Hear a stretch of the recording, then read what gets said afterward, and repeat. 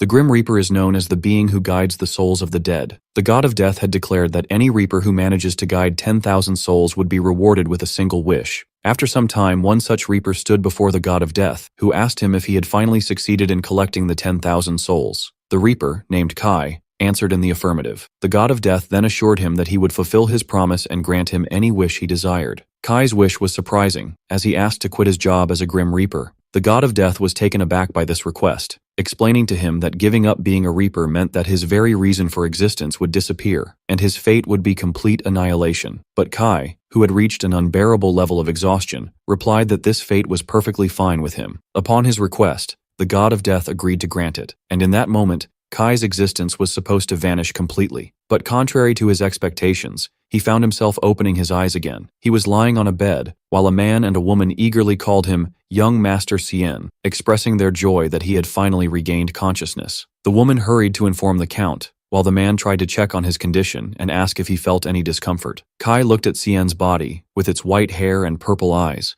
bewildered and wondering to himself why he had returned to life after wishing for annihilation. To understand what is happening, the scene goes back in time 17 years, to a dark forest at night, where two armed men managed to find a runaway slave and her child. The men spoke rudely to the mother, asserting that she was mistaken if she thought she could escape from them. The mother tearfully begged them, admitting her mistake, which was driven by her fear that her child would live a life of slavery like her. She pleaded with them to kill her if they wished, but to leave her child alone. One of the men coldly told her not to worry, they wouldn't kill the child, then added with a cynical smile, wondering why they would kill a valuable asset. He explained in a harsh tone that they would take the child and enslave him to death, just as her life had been. The mother collapsed as she imagined the brutal fate awaiting her baby, whom she had hoped to give a dignified life as a human being. In the depths of her despair, she wondered about the reason for their miserable lives, and raised her voice in prayer, pleading with any power, whether a god, an angel, or even a devil, to intervene and save her child.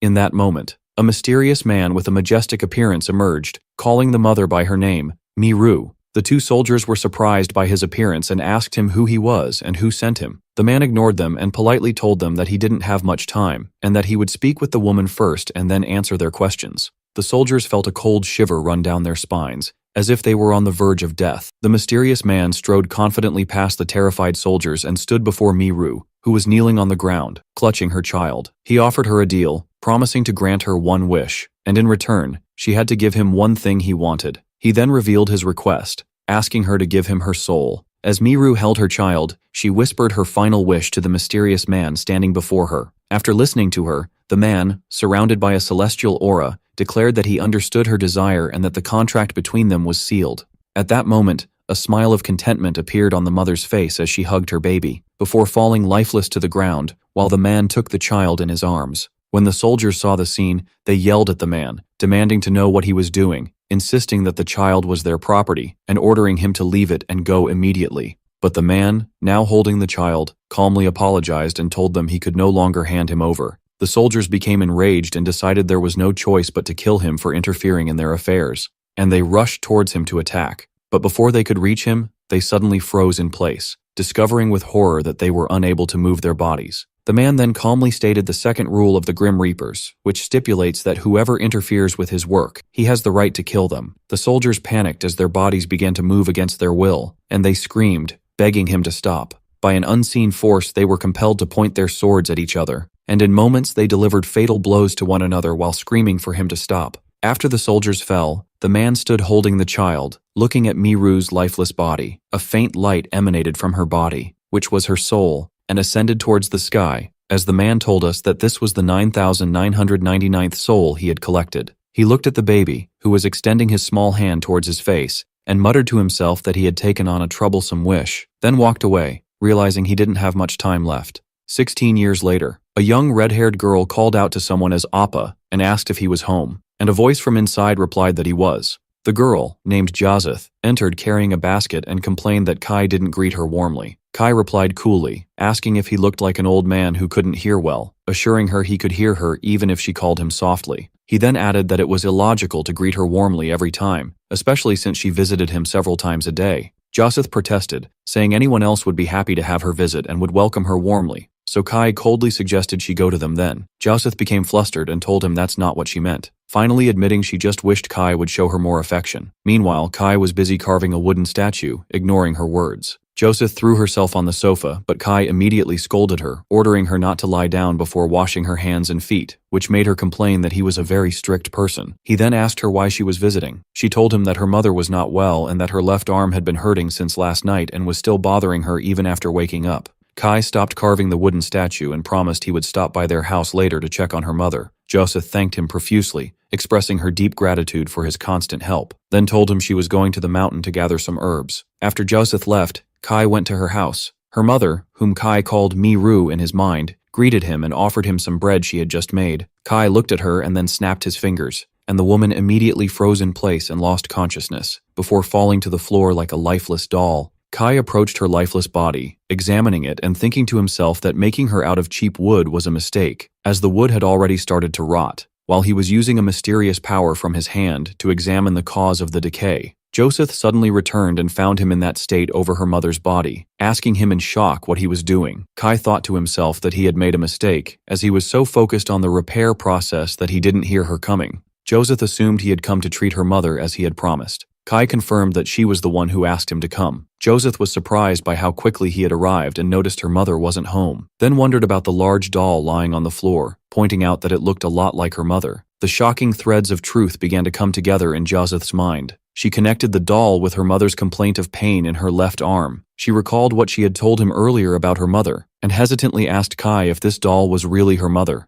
As he remained silent, her horror grew. She pressed him with the question while he stayed quiet, and she begged him not to tell her that this piece of wood was the cause of her mother's pain. Kai's silence confirmed her suspicions, and she asked in panic if her mother was just a doll. She realized the full, horrifying truth. What she thought was treatment was nothing but replacing parts in a doll. Then her shock widened to include everyone in the village, wondering if Kai had healed everyone in the same way. She backed away, begging him to deny it all. Kai decided he could no longer hide the truth, and that he had to be honest with her, especially since she was now mature enough to understand that what he did was logical. He snapped his fingers again, revealing to her a horrific scene that showed the truth about all the villagers. Joseph asked him in shock if they were all dolls. Kai confirmed to her that it was exactly as she saw it, and that the person she knew as her mother and all the inhabitants of this village were nothing but dolls of his creation. This shocking confession prompted Joseph to ask him about his true identity. Kai began to explain what happened, clarifying that 16 years ago, her mother made a deal with him, betting her soul right before she died. Her mother's wish was for her daughter, Joseph, to live a life where she wouldn't be harmed by people, and not to live a humiliating life like hers, but to be loved by everyone. Kai added that he knew that even saints couldn't live a life filled only with love among humans, and for that reason, he created an entire village just for her, a village that would ensure she would never be hurt. Joseph broke down and asked him in despair if he meant her entire life had been a lie. She wondered what she was supposed to believe in and love now, if her mother, everyone in the village, and even he, were just a fake puppet show. In the midst of her despair, she began to doubt her own existence, wondering if she herself was a real person. She asked Kai directly if she was also a doll of his creation. Kai reassured her and confirmed that she was not a doll, reminding her that he created the entire village for her. But Joseph could no longer believe anything he said. In a desperate attempt to prove her reality, she grabbed a dagger and demanded proof that she wasn't a doll. She slightly cut her neck, and when she saw the blood flowing, she confirmed with relief that she had been a real human all along. She fell into his arms and asked him why he did all this. He responded with a question, asking if her life up to that moment had been miserable. Joseph admitted that she had been happy, but she realized that all that happiness was a lie. She couldn't bear the thought that everyone she loved was fake. She looked at him sadly and offered to make a deal with him as well. She repeated that she wanted to make a deal too. Kai warned her that the price of the deal was her soul, but she insisted on going forward, so he told her to state her wish. She told him her wish, saying that he was the only real person in her life, and if he also forgot her, no one in this world would be left to remember her. So she begged him to remember her forever, and tearfully asked if her request was too much. Her words touched Kai, so he agreed to the deal, stating that the contract was sealed. Joseph thanked him with relief, then fell to the ground after her life departed, her soul becoming the 10,000th soul collected by Kai. After Joseph's death, Kai burned down the village he had built for her, believing it had become a useless place without her, and it quickly went up in flames. At that moment, Kai noticed the god of death, Shanos, who observed that Kai seemed sadder than usual. Shanos wondered if Kai had special feelings for that child, but Kai denied it. Kai asked Shanos to fulfill his promise. After Shanos pretended to have forgotten, he laughed, saying that of course he remembered. After seeing Kai's angry face, Kai reminded him of the promise he had made to grant him one wish upon guiding the 10,000th soul. Shanos explained that he made this a general rule to improve the efficiency of other Reapers, then agreed to grant Kai's wish and asked him to state it. Kai's wish was to quit his job. He repeated his request again. Shanos was surprised and reminded him that giving up being a Reaper meant his annihilation. But Kai replied that he had already faced death 10,000 times. And when Shanos asked if he was tired, Kai confirmed it. It is revealed here that Kai was a unique Reaper. When a human soul is chosen to become a Reaper, it loses all its memories and transforms into a Grim Reaper, but Kai retained all his memories. This difference is what led him to adopt the deals approach in his work. Instead of forcing souls to follow him or leaving them to perish, he would grant them their last wish to lead them peacefully, allowing even souls who died unjustly to accept their fate. But these human feelings were constantly draining and hurting him, making him feel exhausted faster than others. Returning to the present, Shanos asked Kai one last time if he wanted to reconsider, but Kai insisted on his wish. Shanos agreed to grant him his wish, and Kai thanked him. Shanos warned him not to regret it later, then bid him farewell with the cryptic words, "See you again." Kai was puzzled by these words, believing he would never see him again after he perished. But instead of annihilation, he felt a heaviness in his body and found himself hearing voices around him. Doctors were discussing a patient's condition, saying that his mere breathing was a miracle. Then suddenly, one of them noticed that the patient, named Cien, had moved. Voices rose in the room, and someone announced that the young master had opened his eyes. Kai woke up in the body of a young nobleman, confused and wondering about his identity as he looked at the people gathered around his bed. While the doctor was assuring those around Cien's bed that his life was not in danger despite his injuries, an angry man with white hair attacked him and grabbed him by his clothes, calling him a pathetic son and asking how he could do this without thinking of their feelings. Another young man tried to stop him, telling his father that Cien was still sick, while the father wondered if his son ever thought about them at all. Kai, now in Cien's body, interrupted the man's outburst to ask who he was. Everyone was shocked by his question, so Kai repeated his inquiry about the man's identity and why he had suddenly hit him. After this incident, the doctor concluded that Cien had lost his memory due to a severe blow to his head. When Cien's father, Count Shuritan, asked about a cure, the doctor replied that there was no solution but to wait for his memory to return naturally. His older brother, Lucian Shuritan, then asked if there were any other problems, and the doctor reassured him that Cien's physical condition was surprisingly good and there were no life-threatening injuries. Kai realized at that moment that he had entered the body of this person named Cien, and concluded that the one responsible for all this was the god of death, Shanos. When his brother Lucian approached him to ask how he was, Kai replied coldly, telling him to leave the room and stop asking useless questions. He also asked his father and the doctor to leave, reasoning that their loud voices were giving him a headache, and demanding they all get out. Faced with this strange behavior, everyone decided to let him rest, and left the room. As soon as he was alone, Kai called out for Shanos, who appeared before him instantly. Shanos cheerfully asked if he was looking for him. Kai confronted him angrily, asking the meaning of what had happened, to which Shanos coolly replied that he had granted his wish. Shanos explained that Kai's wish was to end his life as a Grim Reaper, which is exactly what he did. This twisted interpretation angered Kai so much that he asked if he could hit him. Kai then asked about the fate of the body's original owner, and Shanos told him that he had died. Shanos explained that the boy was destined to die in an accident, and the moment his soul left his body, he inserted Kai's soul in its place, describing the timing as perfect. Kai didn't understand why he was being forced to live in a human body, so Shanos revealed his true motive with a wide grin, saying it wouldn't be fun if Kai's existence simply vanished. And when Kai asked if he did all this just for fun, Shanos answered in the affirmative. Before disappearing, Shanos wished Kai good luck in his new, fun life, leaving Kai shouting at him, trying to stop him from leaving. After Shanos left Kai drowning in his anger, he decided not to appear before him for a while until he calmed down. After several days had passed, Kai was still angry because Shanos didn't appear even when he called him, so he decided to cut ties with him completely and go his own way. During his stay at the mansion, Kai noticed something that caught his attention, which was that all the servants trembled in fear and avoided looking at him whenever they saw him. This led him to conclude that the original owner of the body, Cien, must have been a detestable and abusive person. One day, he saw a young maid, the same girl who had been bringing him his meals, trip while carrying a bucket of water, and fall to the ground.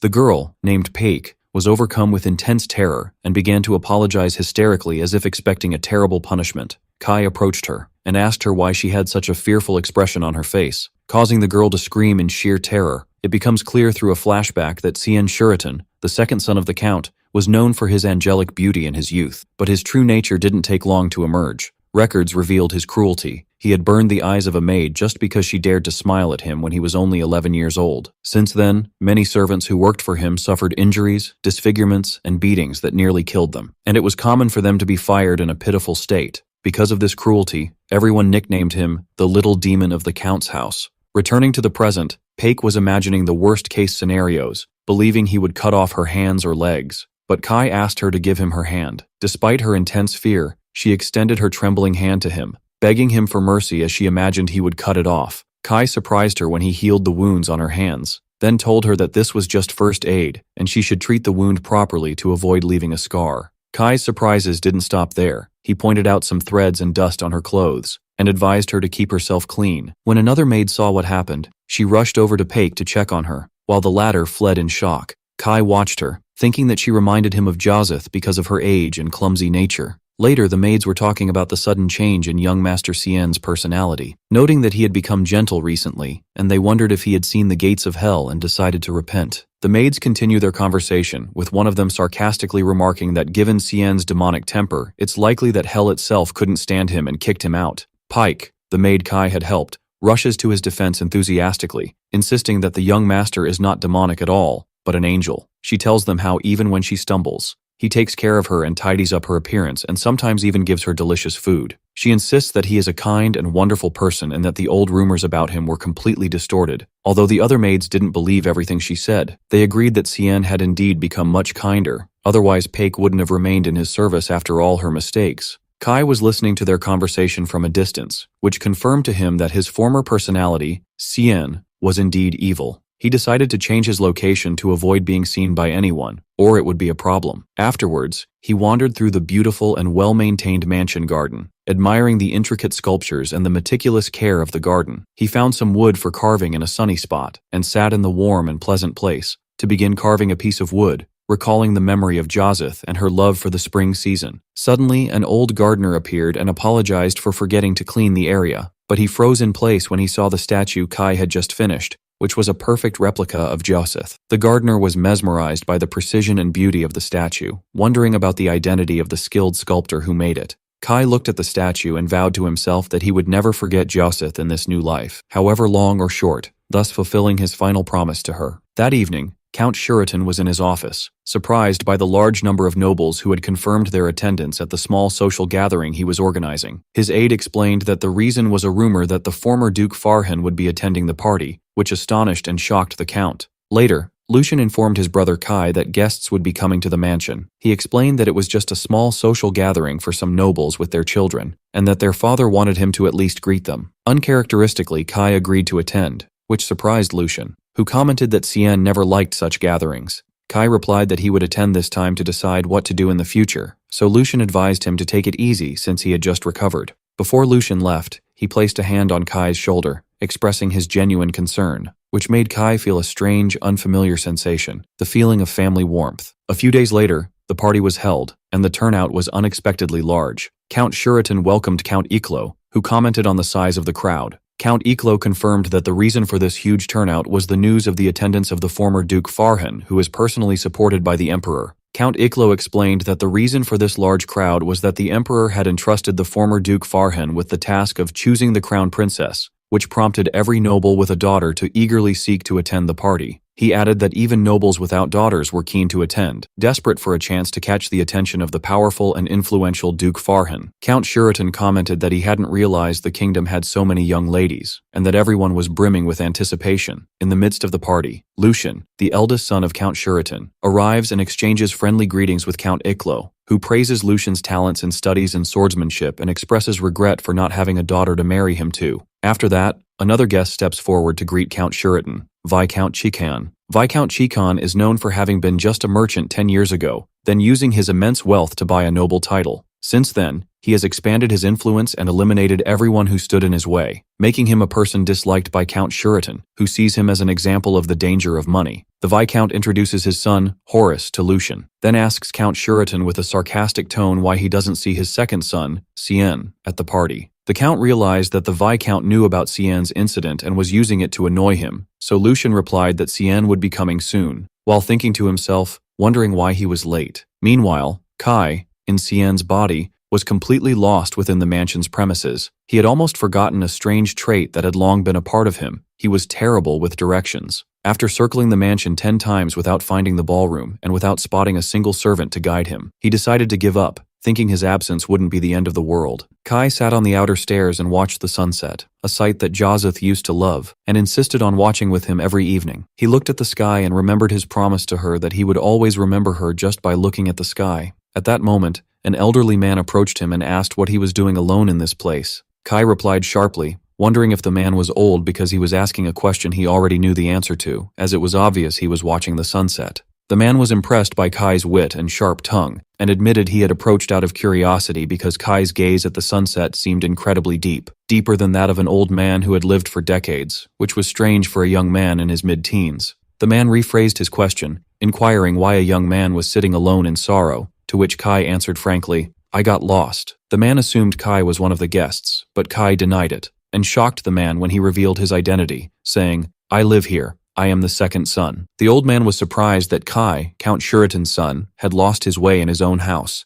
Kai replied nonchalantly, saying there was no law preventing it. The man smiled and accepted his strange logic, then offered to guide him to the banquet hall, admitting he knew the way better than him, so Kai thanked him and followed. As they walked, the man asked Kai his name, and he replied, "Sien." The man then introduced himself as Fitz Farhan, a name that made Kai wonder with annoyance if he had to remember it. Duke Fitz noticed Kai's annoyance and called him rude, but added that his rudeness was somewhat refreshing, and insisted that he remember his name because he wouldn't regret knowing him. Meanwhile, in the banquet hall, Count Shuritan was worried because Lord Fitz had wandered off somewhere alone. Lucian offered to go look for him, especially since Sien hadn't arrived yet. But before he could leave, his father pointed out that he saw them over there, as Sien was entering the hall. Kai felt he had gotten involved in something troublesome. The Count was shocked and asked his son how he got here with Lord Fitz. Kai coolly blamed the Duke, saying all this commotion happened because of his loud voice. The Count welcomed Lord Fitz, who apologized for being late. The Count said that many were eagerly awaiting him. The Duke explained that he was late because he was guiding a small, lost puppy. Kai realized the Duke meant him and protested, saying that the Duke was already late for the meeting when he found him, so he couldn't use him as an excuse.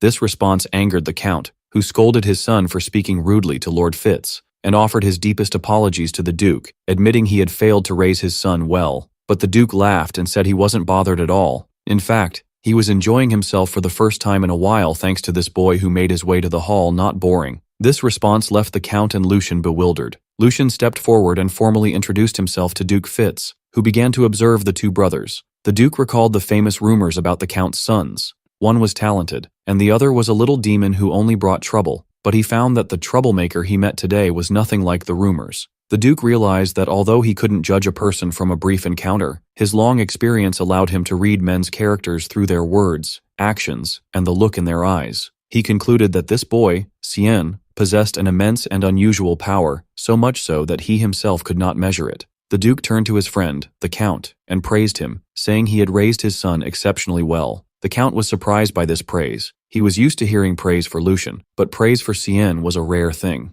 After that, the Duke asked the Count to give him some time to discuss a matter in private. As Duke Fitz was about to speak with the Count, Viscount Chikan interrupted him, trying to introduce himself. The Duke coldly ignored him, saying he had never heard that name before and doubted any noble family carried it. This disregard angered the Viscount, who pointed out that the Duke might be out of touch with current affairs due to his distance from politics. The Duke agreed, adding sarcastically that the older he got, the less he wanted to be involved in politics because of the abundance of arrogant fools, in a clear reference to the Viscount. At this insult, Horace, the Viscount's son, stepped in and accused the Duke of being rude, which the Duke questioned, and Horace confirmed. The Duke became furious at the audacity of a Viscount's son rebuking him, and at that moment, he released a small fraction of his aura as a swordmaster, causing everyone in the hall to freeze in place with fear. Lucian, despite his years of training, felt an immense pressure that he could barely withstand, and realized he was a swordmaster, and that he had to intervene before someone collapsed. But before Lucian could move, Kai, in Sien's body, stepped in front of him. Kai didn't come to fight the Duke, but calmly pointed out that there was some grass and hair on his clothes, advising him that if he wanted to scold others on etiquette, he should look presentable first. He then began to dust off his clothes, wondering sarcastically how the Duke could be so dirty when he was the one who had been sitting on the grass. The Duke replied that excessive perfection isn't good, and that small flaws make people feel at ease, to which Kai retorted, asking if he was confusing filth with friendliness. This situation angered Horace, who called Kai a scoundrel, while the Duke asked Kai if he intended to hit him. Kai replied coolly that he wouldn't mind, but the Duke should wash his hands first. At this scene, the Count was terrified by his son's behavior, while Viscount Chican forced his son Horace to bow and leave. After they left, the Duke commented that Horace was glaring at Kai with a murderous look, to which Kai sarcastically replied that the Duke's eyesight must be failing. This situation left the Count and Lucien in a state of shock, with the Count remarking that Cien seemed completely different. After that, the Duke regained his seriousness and asked the Count for a quiet place to talk. As they were walking away, Lucien called out to his brother and asked with concern if he was okay after being exposed to the Swordmaster's aura. Kai reassured him that he was fine for now. This simple answer deeply moved Lucien, who felt overjoyed and thought to himself how nice his brother was, and how he had spoken to him normally without hatred or disdain for the first time in a long while, remembering that his little brother was his most precious possession, the last gift his mother had left him. Lucien reflected on their relationship. He remembered how he had wished they could be close since childhood, but the inferiority complex Cien felt towards him caused his personality to become more twisted over time. As the hatred grew in Cien's eyes whenever he looked at him, Lucien found no choice but to give up on trying to get closer. Lucien was overjoyed that he could now be by his brother's side in a comfortable atmosphere, so much so that he was almost happy that Cien had lost his memory. And when Kai, in Cien's body, announced he was going back to his room, Lucien felt disappointed, thinking his brother was avoiding him again, and that his hopes were just an illusion. But Kai stopped, suddenly grabbed his wrist and apologized, admitting he didn't know the way back and asking him to accompany him just this once. This was the first time his brother had asked him for something, so Lucien was overcome with immense joy and agreed immediately. Meanwhile, in a private room, Duke Fitz revealed to Count Shuritan the real reason for his visit, which was to choose someone to be by the Crown Prince's side. The Count thought he meant choosing the Crown Princess, but the Duke denied it, explaining that he came to look for a friend for the Prince, someone who could curb his fiery temper. The Duke explained that Prince Edith, the strong candidate to inherit the throne, possessed all the qualifications,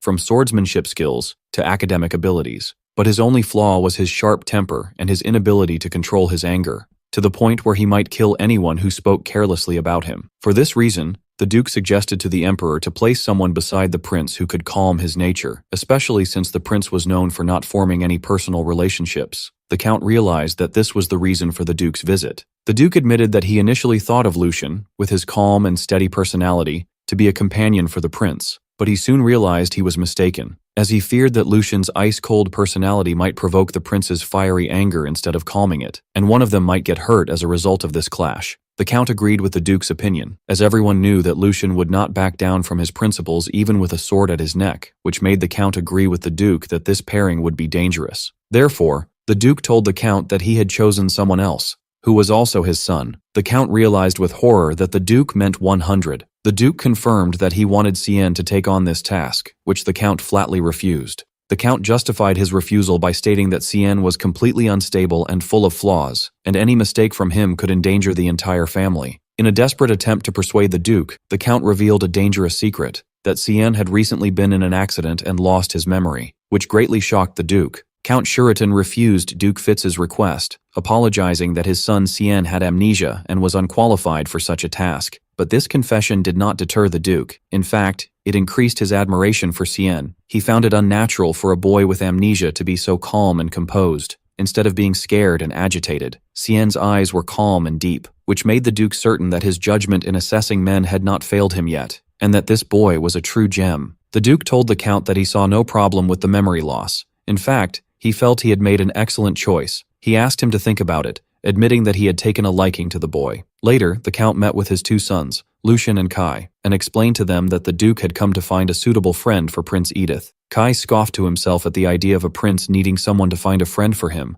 while Lucien asked his father why he was telling him this. The Count revealed that the Duke wanted Cien to take on this task. Kai and Lucien were both shocked. Kai thought the Duke had gone senile, while Lucien flatly refused the idea. The Count tried to persuade Lucien that this was for the family's benefit, but Lucien protested, refusing, and reminding him that Prince Edith was known for his fiery temper and intolerance for the slightest mistakes, and he questioned how a boy with amnesia could be sent to such a person. The Count admitted he was hesitant at first but changed his mind after thinking it over, believing that the Duke must have his reasons for choosing Cien. Lucien offered to go in his brother's place, but his father refused. In the midst of their argument, Kai suddenly interrupted them, announcing his agreement to go. His father was shocked and asked if he was serious. Kai justified his decision by saying the task didn't seem difficult, as it only required visiting the prince from time to talk with him. Lucian and his father tried to warn him of the danger and that any mistake could cost him his life, but Kai insisted on his position. He said that since he had been a nuisance to the family and nicknamed the Little Demon, this might be a good opportunity to do something useful. He then left the room, leaving his father to ponder his words and think that his son might have truly changed. A few days later,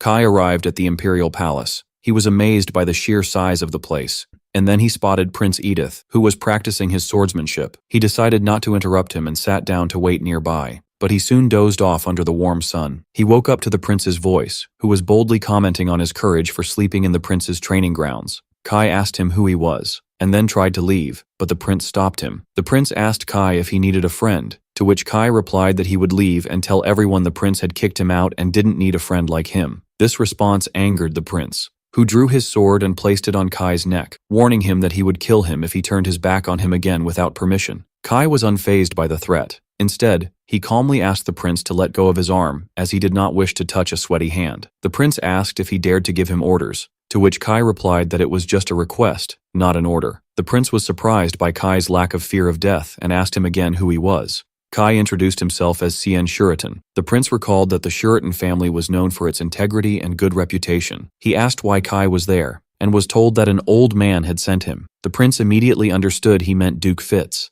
Kai then bluntly told the prince that the Duke had asked him to be his friend, but added that it didn't seem like the prince needed a friend, so he would leave. The prince stopped him again, reminding him of his previous threat. Kai calmly asked if he was planning to kill him. The prince noticed that Kai treated the idea of death with levity. The prince decided he didn't need a friend, but it was improper to send back someone Duke Fitz had sent, so he told Kai to follow him. The prince took Kai to the library. Kai showed no objection to the books, and even considered the place comfortable since he wasn't on an official visit anyway. The prince was surprised when Kai sat far away from him and started reading a book. He was actually observing Kai, expecting that he, like other noble sons, would try to flatter him to win his favor, and that this disregard was just a strategy to get his attention. But 3 hours passed, and Kai didn't lift his eyes from his book, as if he had completely forgotten the prince's existence. The prince felt deeply insulted. This was the first time anyone had treated him with such disregard. He decided to see how long Kai could continue to sit in silence, beginning a silent test of wills between them. After some time, the prince put his foot out, causing a servant carrying tea to trip and almost fall. But before he could hit the ground,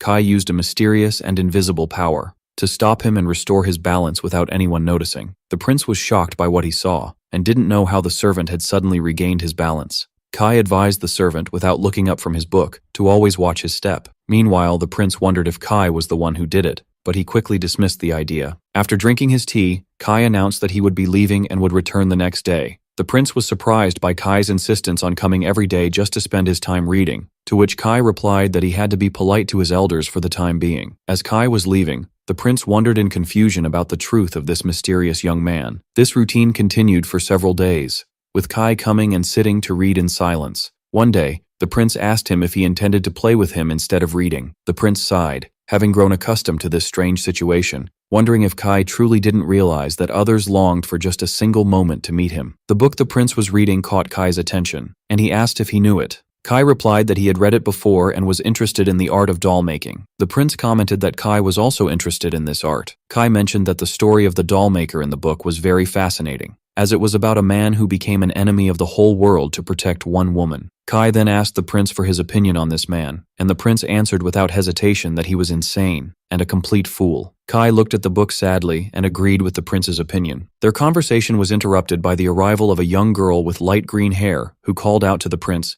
"Edith, my brother." The prince greeted her warmly, and it turned out she was his only sister, Princess Rini. The princess said she came just because she felt like seeing him, and then she noticed Kai and asked who he was. Kai introduced himself as Cien, son of Count Shuritan. Princess Rini approached Kai, touched his face, and remarked that he was even more beautiful than women. It is narrated that Princess Rini was very much loved by the Emperor and Prince Edith, and thanks to this power supporting her, she was known for acting recklessly and without fear. Although Kai knew nothing about all this, from this brief encounter, he was certain of one thing about her. After meeting Princess Rini, Kai concluded to himself that she was the type of person one gets tired of knowing. He then gave her a slight bow and turned to leave, completely ignoring her. The princess was shocked by this disregard, especially since she had just praised him, and she shouted angrily while calling for her brother, Prince Edith. The prince told her she had to understand as this was how Cien treated even him. This astonished the princess. Rini explained that when her brother is angry, she can't deal with him either, and what her brother hates most is being ignored. This situation piqued Princess Rini's curiosity. She found it surprising that Cien could ignore her brother the prince and get away with it, and she decided to keep him under her watch. Later, Cien returned to his room in the Shuritan mansion, where he found his brother Lucian with another young man. Lucian welcomed him and introduced his friend,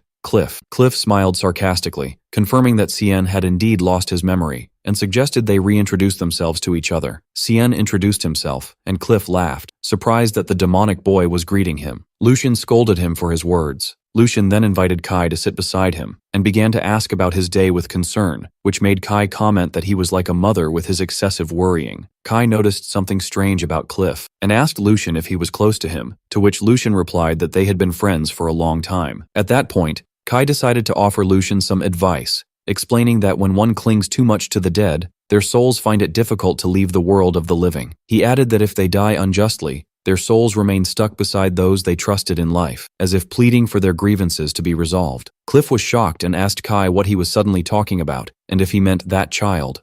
Kai replied that he didn't know which child was meant, but he was sure that someone close to Cliff had died a very unjust death. In that moment, Kai felt the cold, emotionless gaze of a grim reaper. Cliff asked Kai in a panic how he knew about that person's death, and if he had investigated him, which was strange for someone who didn't even remember his own name. Cliff rephrased his question, "How did you know there was a dead person near me?" Kai realized he had gotten involved in something and quickly made up an excuse, saying that since his near-death experience in the recent accident, he had become able to see the souls of the dead. Lucian showed his concern for Kai. Kai explained that when he first saw Cliff, he saw a soul stuck around him. Cliff asked him in shock if he had seen Justin's form. Kai denied it, explaining that he only sees a mass of light, a dead soul, and doesn't know if it's a boy or a girl. He then added a terrifying truth, which was that he could also see the Grim Reaper waiting to take that soul. Cliff refused to believe Kai's ridiculous story, to which Kai coolly replied that it was up to him whether to believe it or not. But he added one last piece of information, explaining that a soul that refuses to follow a Grim Reaper is destined to fade away after a certain period. Therefore, the best solution for a soul that died unjustly and is clinging to the world is to resolve its lingering regret so it can depart peacefully. At this point, a concerned Lucian asked his friend Cliff what was happening, reminding him that Justin was his little cousin. Cliff confirmed this and began to tell the story.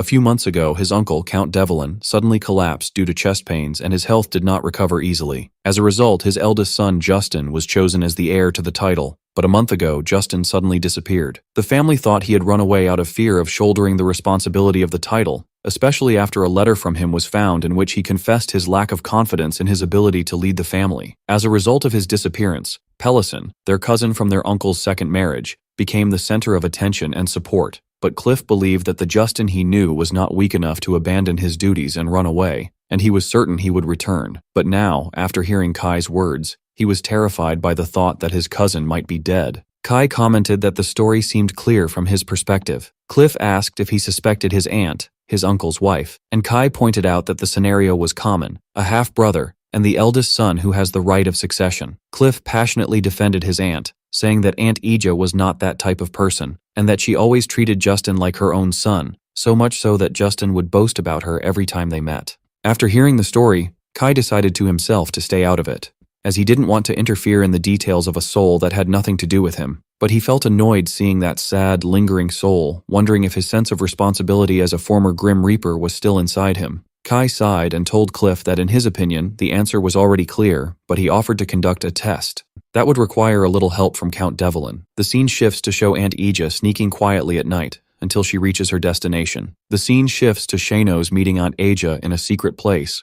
The aunt asks him if the piece is not ready yet, and he replies that it is now ready. He welcomed her and took her to a dark room, where he revealed the piece she had requested from him. It was a doll identical to her son, Justin. The mother was moved as she saw the doll call her mom, and she told Kai it was perfect. Kai told her he was glad she was satisfied and that the payment would be later, as he would come to collect it himself. The lady agreed, then called the doll Justin to come to her side. After Shanos delivered the doll to Lady Aja, he reminded her of their promise, the payment, and left. Kai appeared behind him, and Kai thanked him for his help. Shanos cheerfully replied that he was ready to help any time because it was fun, but Kai coolly commented that Shanos seemed to have too much free time. Kai pointed out that Shanos, who had ignored his repeated calls, appeared immediately when he promised to stop being angry in exchange for his help with this task. Shanos praised Kai's amazing doll-making skills, to which Kai explained that the credit went to Shanos himself for not erasing his memories before he entered this body. Shanos reminded him that Kai was the one who asked him not to erase his memories.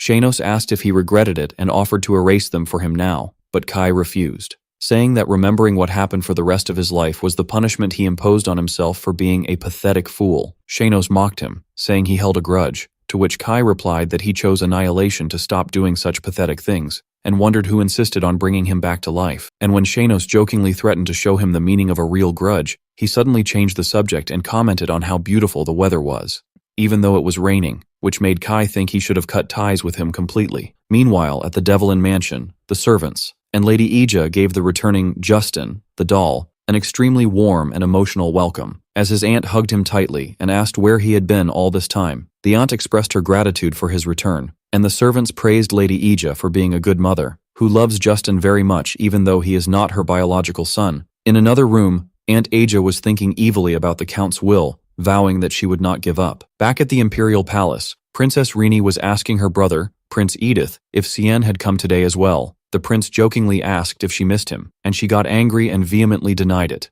The prince noticed that his sister, who always acts formally in front of others, returns to her normal girlish self in Cien's presence. Rini then accused her brother of being the one waiting for Cien, because he wasn't used to visiting the library daily. The prince denied it, but admitted he was curious to know why someone who used to come every day had suddenly stopped coming. Rini then asked him if he had heard the news. She revealed to him that Cien had lost his memory. The prince was shocked by this news, so Rini explained that she did some investigating after Cien acted arrogantly towards her, and discovered he had recently been in an accident and lost his memory, and that the news was confirmed by the servants of the Shuritan mansion. The prince was bewildered, wondering how someone with amnesia could be so calm and composed. He asked his sister for details about the accident, and she replied with a smile, asking if he was curious. Princess Rini continued to tease her brother, Prince Edith, telling him that if he was curious about Cien's accident, he should investigate it himself, and that she wouldn't tell him easily as punishment for teasing her. Then she left him, in a state of anger and frustration. Meanwhile, at the Shuritan mansion, Cliff rushed to Kai, and excitedly told him that Justin had indeed returned,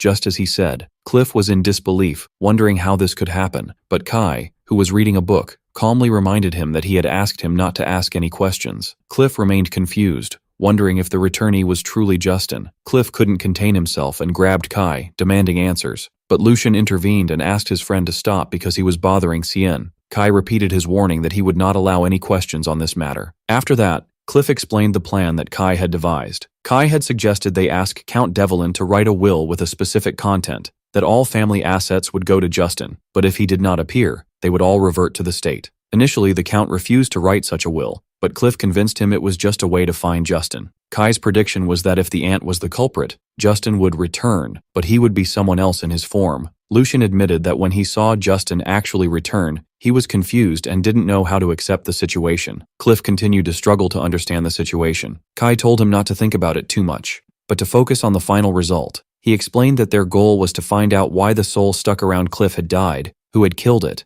and to ensure it was peacefully guided to the Grim Reaper. Cliff thought about the goal, and was convinced that what mattered now was not the identity of Justin's look-alike, but finding Justin's real killer. Before Cliff left, Kai warned him again not to touch his body with unwashed hands, or he would regret it. Cliff laughed nervously, thinking about how Cien's personality had changed. He no longer looked at them with a hateful gaze but had become detestable in a different way. The scene shifts to Aunt Ija contemplating the Justin doll, admiring its precision and ability to move. She recalls how she felt lost after the will was announced, believing all her plans had collapsed, until someone came to her in secret. This person was the doll maker, Shanos, who told her he could make a living doll identical to the image she desired. And although she thought it was ridiculous, she accepted his offer because she had no other choice. She was surprised that the result was so satisfactory, a doll indistinguishable from a living human. And while no one is watching, the doll calls Lady Ija Mom. The lady grabs his chin harshly and tells him in a cold tone not to call her by that name when they are alone, because it disgusts her, thus revealing her true face as a murderer. Lady Ija continued her cold conversation with the doll that resembled her stepson, Justin. Despite her annoyance at his identical voice, which startled her every time, she once again ordered him not to call her Mom, but the doll, as if possessed by Justin's real soul, began to ask her with tears streaming down its face. "Why did you do that to me, Mom?" Lady Ija was shocked and wondered how a doll could shed tears. When Justin tried to touch her, she moved away from him in horror and screamed at him not to touch her, then fled the room in a panic, determined to go to the man who made the doll. She arrived at Shanos's secret workshop. Lady Ija frantically told him that something was wrong with the piece, as it was shedding tears and looking at her with hateful eyes. Shanos calmly replied that such things happen sometimes, and explained to her that souls who don't realize they have died can sometimes inhabit a doll that resembles them. The lady was horrified, realizing that Justin's soul had indeed returned to haunt her. Shanos told her there was a way to hide that soul, which was to find the body. He explained that she must make the soul realize that the doll is not its real body, and that it has, in fact, died. The only way to achieve this is to find Justin's original corpse and burn it. Ija became tense when she learned that this would force her to exhume Justin's body. Following Shanos's instructions, Lady Ija sent her men to search for the body. After finding it, she ordered them to hurry and show her the body, insisting they had no time to waste. Her men were surprised because the corpse had not decomposed at all, and looked as if Justin were still alive. Even stranger, they noticed that the stones tied to the body were different. Whereas they had tied several small stones, they now found a single large one. But Lady Ija, who had no time for these strange details, ordered them to hurry up and burn the body.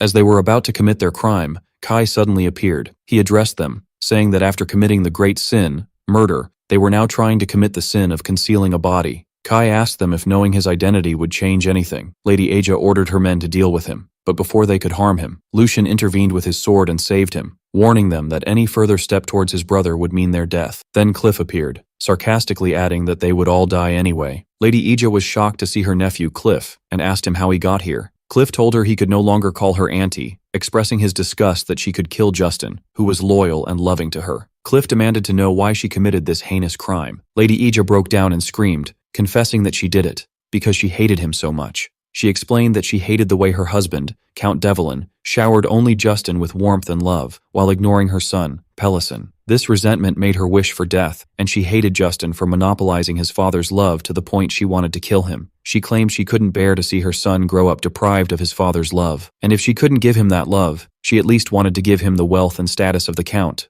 She insisted she did it all for her son. Cliff confronted her with the truth of her motives, explaining that Count Devlin treated Justin kindly because he felt sorry for him for losing his mother at a young age. He coldly told her that people don't usually commit murder out of jealousy for affection their children didn't receive, and that ultimately she killed Justin to satisfy her own greed and avarice. When Cliff tried to grab her to bring her to justice, Kai stopped him and asked him to wait a moment, then called for someone to come out of the darkness. Everyone was surprised by the appearance of Pelison, Lady Ija's son. His mother asked him in shock what he was doing there, and the shocking confession came from Pelison himself, as he said that he was the one who killed Justin. Pelison explained that his mother was not the killer, and that he was the one who killed his brother. His mother thought he was trying to cover for her, but he insisted that he came out because he could no longer hide his sin. He began to recount what happened on that fateful night. He had seen his mother go out late at night, felt suspicious, and secretly followed her. There, he witnessed his mother and her men throwing his brother into the lake. But after his mother left, Justin crawled out of the lake, having managed to cut the ropes with a knife he found at the bottom. When Justin saw his brother Pelison, he asked him for help. But at that moment, a terrifying thought occurred to Pelison. If his brother returned alive, it would be over for his mother. And of course, his own future would be over too. In that moment of fear and hesitation, without realizing it, he snatched the knife from his brother's hand and stabbed him to death, then tied the stone to his body again and sank him in the lake. Pelison collapsed, screaming his confession, "I'm the one who killed him." After Pelison's confession, his mother, Lady Ija, tried to protect him, insisting that she was the murderer, while he continued to confess his guilt to clear her. But suddenly, Lady Ija's despair turned into a bloody decision. She decided that it didn't matter who the killer was, as long as she could get rid of everyone there, it would be as if nothing had happened. She called for her hidden men to come out and eliminate everyone, but the ones who appeared were not her men, but Prince Edith and his soldiers. Lady Ija was shocked, and the prince declared that both murder and attempted murder are serious crimes, and he ordered his men to arrest them. Lady Ija and Pelison were led away screaming, while Lucian watched their miserable end without any feeling of sympathy. After that,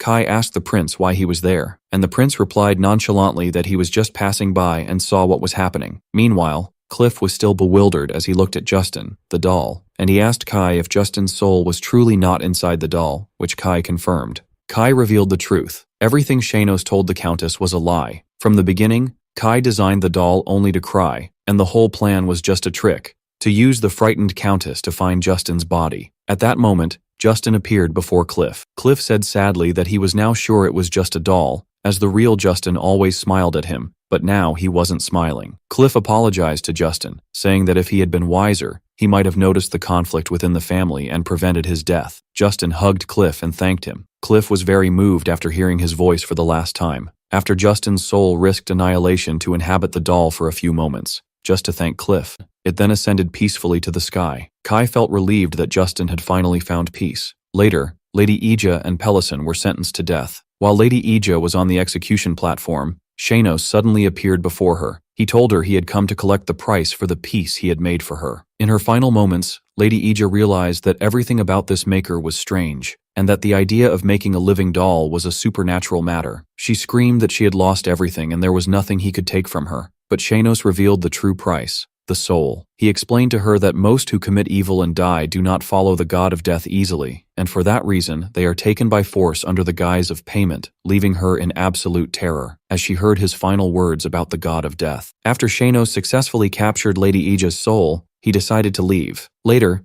Kai went to the Imperial Palace to thank Prince Edith for his help in Justin's case. The prince received him arrogantly, commenting on the long time it took him to come, and then directly asked him about the truth of that thing he saw on the day of the incident. After the prince ordered him to answer, Kai explained that the Justin who had returned was just a doll. The prince was surprised how a doll could move on its own, so Kai explained that it was made using the doll magic mentioned in the book he saw him reading. When the prince asked him about the location of the doll maker, Kai feigned ignorance, saying he was someone who doesn't stay in one place and that he wasn't close to him. The prince expressed his regret over that, noting that people generally don't have a good opinion of doll magicians, but he sees things differently. He mentioned an old story about a single doll magician who managed to annihilate an entire army, and how these stories sparked his interest in their power and his desire to recruit such a magician if one were nearby. Kai changed the subject and asked the prince how he arrived at the crime scene that day. The prince became flustered, as the truth was that he was heading to the Shuritan mansion to see Kai, saw them leaving, and secretly followed them, but his pride prevented him from admitting it.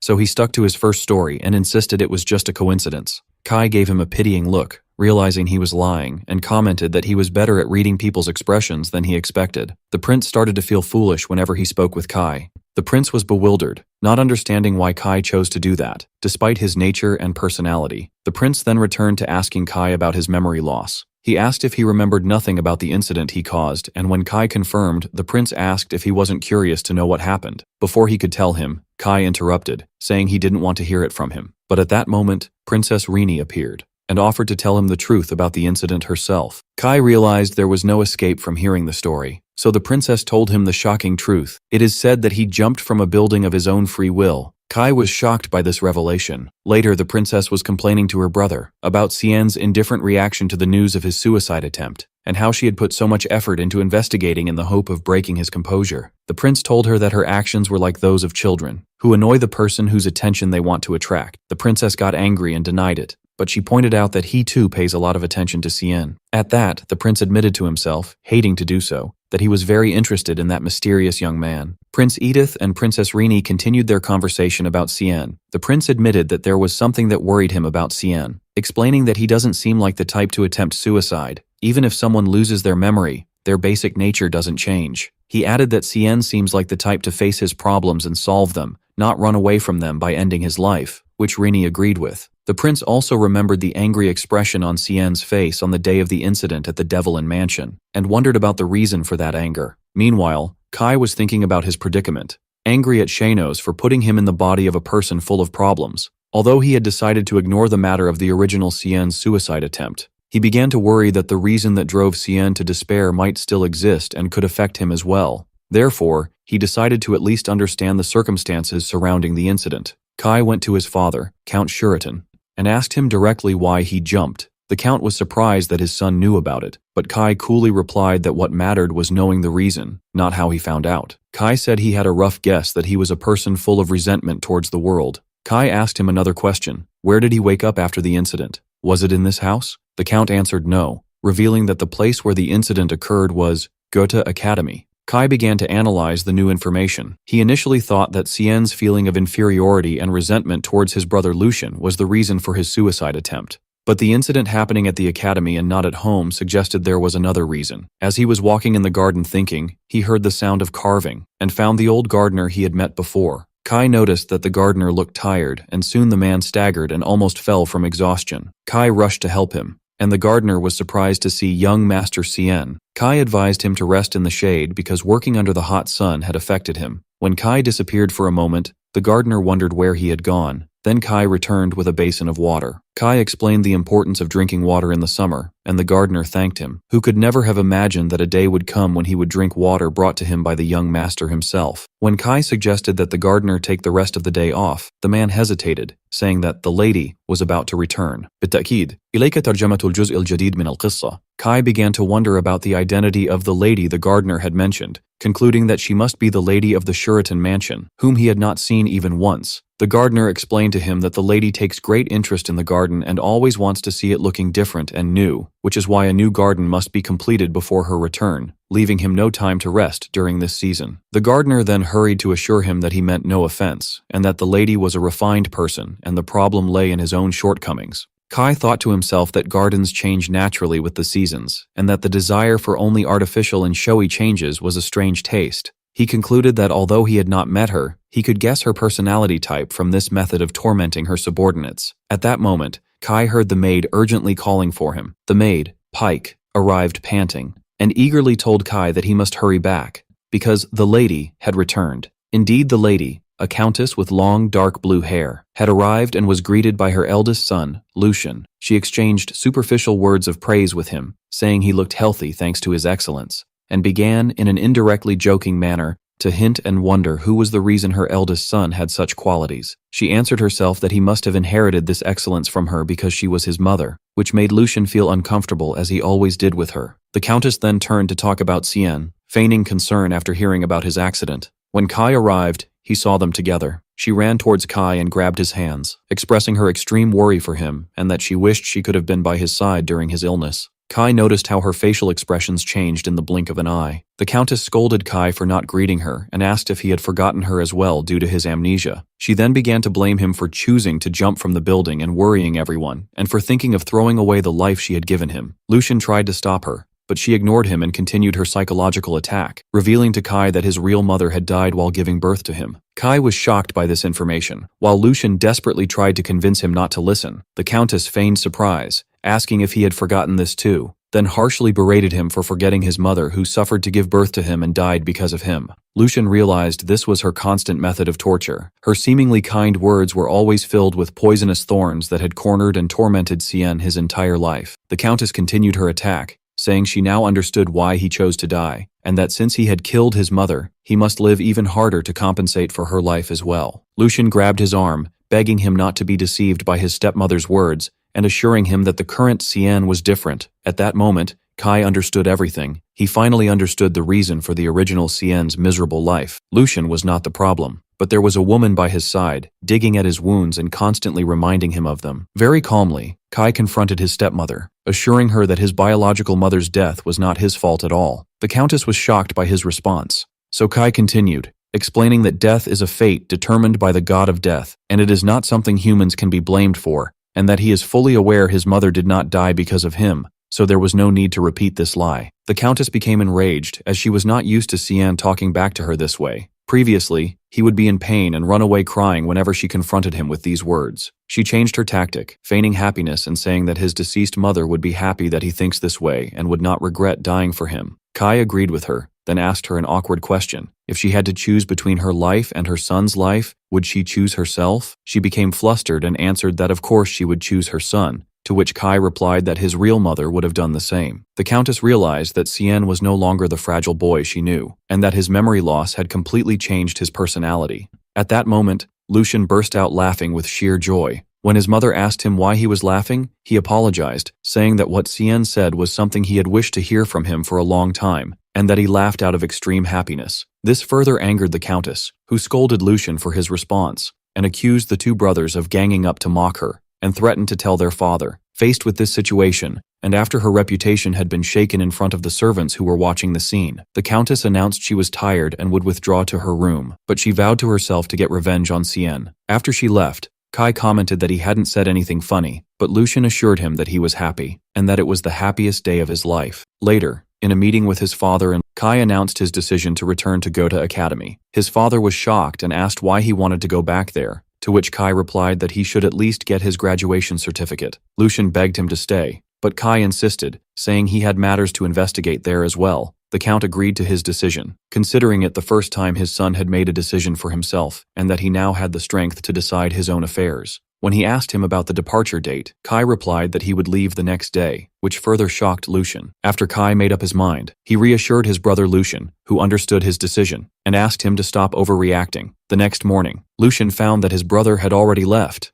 leaving behind a short note that read, "I'll be back. Don't worry." Meanwhile, the old gardener, Beeson, was heading to the garden to work, ignoring the doctor's advice to rest, because the Countess had returned and the work needed to be finished quickly. But upon arriving, he was stunned to find that the huge statue he had been working on had been completely and masterfully finished overnight. He immediately realized that this was the same masterful carving skill that he had seen in the small statue of the girl, Joseph, and he wondered about the identity of this mysterious genius sculptor. On his way, Kai realized he didn't know the way to Gotha Academy at all, and that he couldn't go back to the mansion and ask for a guard after the scene he had caused upon his departure. He decided to focus on getting out of the capital first, so he asked a passerby for the way to the outer gates. The man gave him simple directions, but after an hour of walking, Kai felt that something was wrong, so he asked the same man again, who repeated the same directions. Kai thanked him for his help, then started moving again. After walking for another long time to no avail, he stopped to ask another person, only to find it was the same blue-haired man for the third time. Kai finally realized he had been walking in circles. The young man sarcastically commented that he had never seen someone struggle so much to find the outer gates, and that this was the 6th time they had met. The young man took pity on Kai and decided to take him there himself, only for Kai to discover that the gate had been very close the whole time. When the young man learned that Kai's destination was Gotha Academy, he was surprised how someone with such a poor sense of direction could get there. And indeed, as soon as he said goodbye, Kai once again went the wrong way, prompting the young man to stop him. The young man sighed and said he had no other choice, and since he was heading the same way, he would accompany him to the academy. This excessive kindness aroused Kai's suspicion, and he told him that he was not the type to accept excessive generosity without a reason. The blue-haired young man stopped Kai again as he was heading the wrong way, grabbed the reins of his horse, and told him that he would accompany him since they were going in the same direction. Although Kai understood that the young man was trying to guide him without admitting it, he decided to follow him because he was completely lost. They rode together on their horses in complete silence. The young man thought to himself how Kai was treating him as if he didn't exist even though he was guiding him, and that he had a special talent for annoying those who helped him. He wondered why he continued to help him even though he was annoying. He concluded that he was doing it because he seemed so weak and helpless that he feared he might one day find him lost on the other side of the continent if he left him alone, remembering a previous encounter they had in their childhood. Nevertheless, he found Kai's self-confidence and direct attitude to be interesting. When they arrived at an inn, the innkeeper, Tina,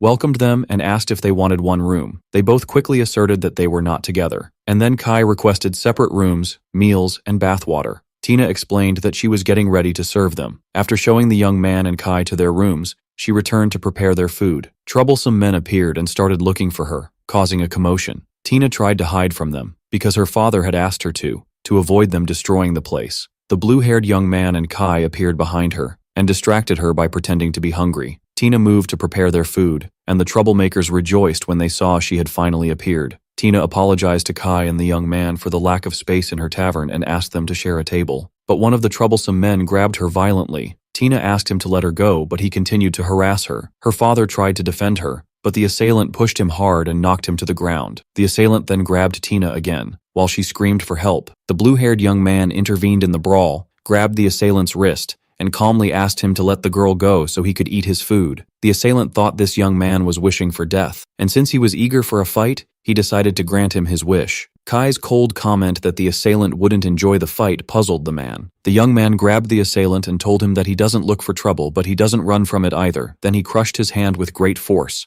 making the man scream in pain. The assailant's companions were shocked by this unexpected strength. As one of them tried to attack him from behind, the young man skillfully revealed a dagger and cut the attacker's hand, advising him to be grateful it wasn't his right hand. At that moment, the assailant recognized the identity of the blue-haired young man from his fighting style using 2 daggers and his incredible speed. He screamed in terror, asking if he was Jaren of the Black Mercenary Guild. Jaren is known as a legendary figure who rose to the rank of an S-class mercenary using only 2 small daggers. And despite his friendly appearance, he is famous for his cruelty and ruthlessness. The assailant realized he had picked the wrong person to antagonize, and in a desperate attempt, he decided to attack directly. But he suddenly passed by Jaren, and Kai appeared behind him, putting a knife to his neck. Jaren hadn't yet realized that the attacker's only concern was to take a hostage. In a moment of confusion, the attacker managed to grab Kai and use him as a hostage. But Kai, instead of being scared, very calmly asked the kidnapper a strange question. Isn't it customary when taking a hostage to choose a woman or an elderly person? He then wondered why he chose him, and if he looked weaker than that girl. The kidnapper was stunned by this bizarre question, and ordered him to be silent. Kai explained that he was not enjoying this situation at all, and that the thing he hates most in the world is being touched by someone. With a light touch on the kidnapper's arm, Kai used his knowledge of the body's pressure points, causing the man excruciating pain that made him drop his weapon and fall to the ground, writhing. Jaren himself was shocked that a simple press could cause so much pain. Kai explained that the human body has weak points that can be fatal with a light touch, and advised the collapsed kidnapper to choose his hostages more carefully next time. Tina was amazed at how a handsome-looking person could overcome a huge mercenary in an instant. Jaren then turned to the rest of the assailants and asked them if they wanted more. After Kai and Jaren easily defeated the assailants, Kai coolly asked the remaining men if they wanted more, or else they should leave. The men fled in terror, apologizing for the disturbance. As Kai was sitting at the table, Jaren was impressed with him, realizing he wasn't just a quiet and stubborn young master as he initially thought. Kai told Jaren that there was no need for them to sit together since they were not travel companions, but Jaren insisted that they eat together. Jaren insisted that he was the one who felt lonely and asked Kai to eat with him. Kai reluctantly agreed, admitting to himself that Jaren had helped him get here safely and he couldn't just coldly ignore him. As they were sitting, they realized they didn't know each other's names yet, so the blue-haired young man introduced himself as Jaren, and Kai replied that he was Cien, and they shook hands. As they resumed their journey, Jaren asked Kai why he was going to go to academy. Kai replied that he had his personal reasons, and asked him not to worry. Jaren told him that the headquarters of the Black Mercenary Guild was also located in the capital, so he could take him to the academy. He then asked him about the skill he used at the inn to subdue the huge mercenary with just 2 fingers. Kai vaguely answered that he learned it naturally a long time ago. But the truth, as he recalled to himself, went back to his old days when he began learning the art of doll making. In order to perfectly create a living doll, he had to study the human body in depth, not just by reading all available books, but also by buying corpses and dissecting them. Through this study, he naturally learned all the weak points and pressure points of the human body, but he decided not to tell Jaren all of this. They continued talking together for a long time until time passed quickly. When they arrived at a village called Abli, where they planned to spend the night, Kai suddenly stopped with a look of horror in his eyes. Kai had seen a clear vision. On that day, all the inhabitants of this village would die. At the village inn, Kai was absent-minded, so Jaren asked him if they really had to stay there. Jaren pointed out that the sun had set, and the next village was half a day away, meaning leaving now would force them to spend the night in the open. Jaren spoke to Kai with a curious tone, noticing that his face had been troubled for a while. Then he asked where he was going. Kai replied that he was just going out for some fresh air. Jaren asked Kai to let him accompany him, but Kai calmly explained that he preferred to go out alone to think about something, and there he saw what confirmed his vision. The village was teeming with grim reapers.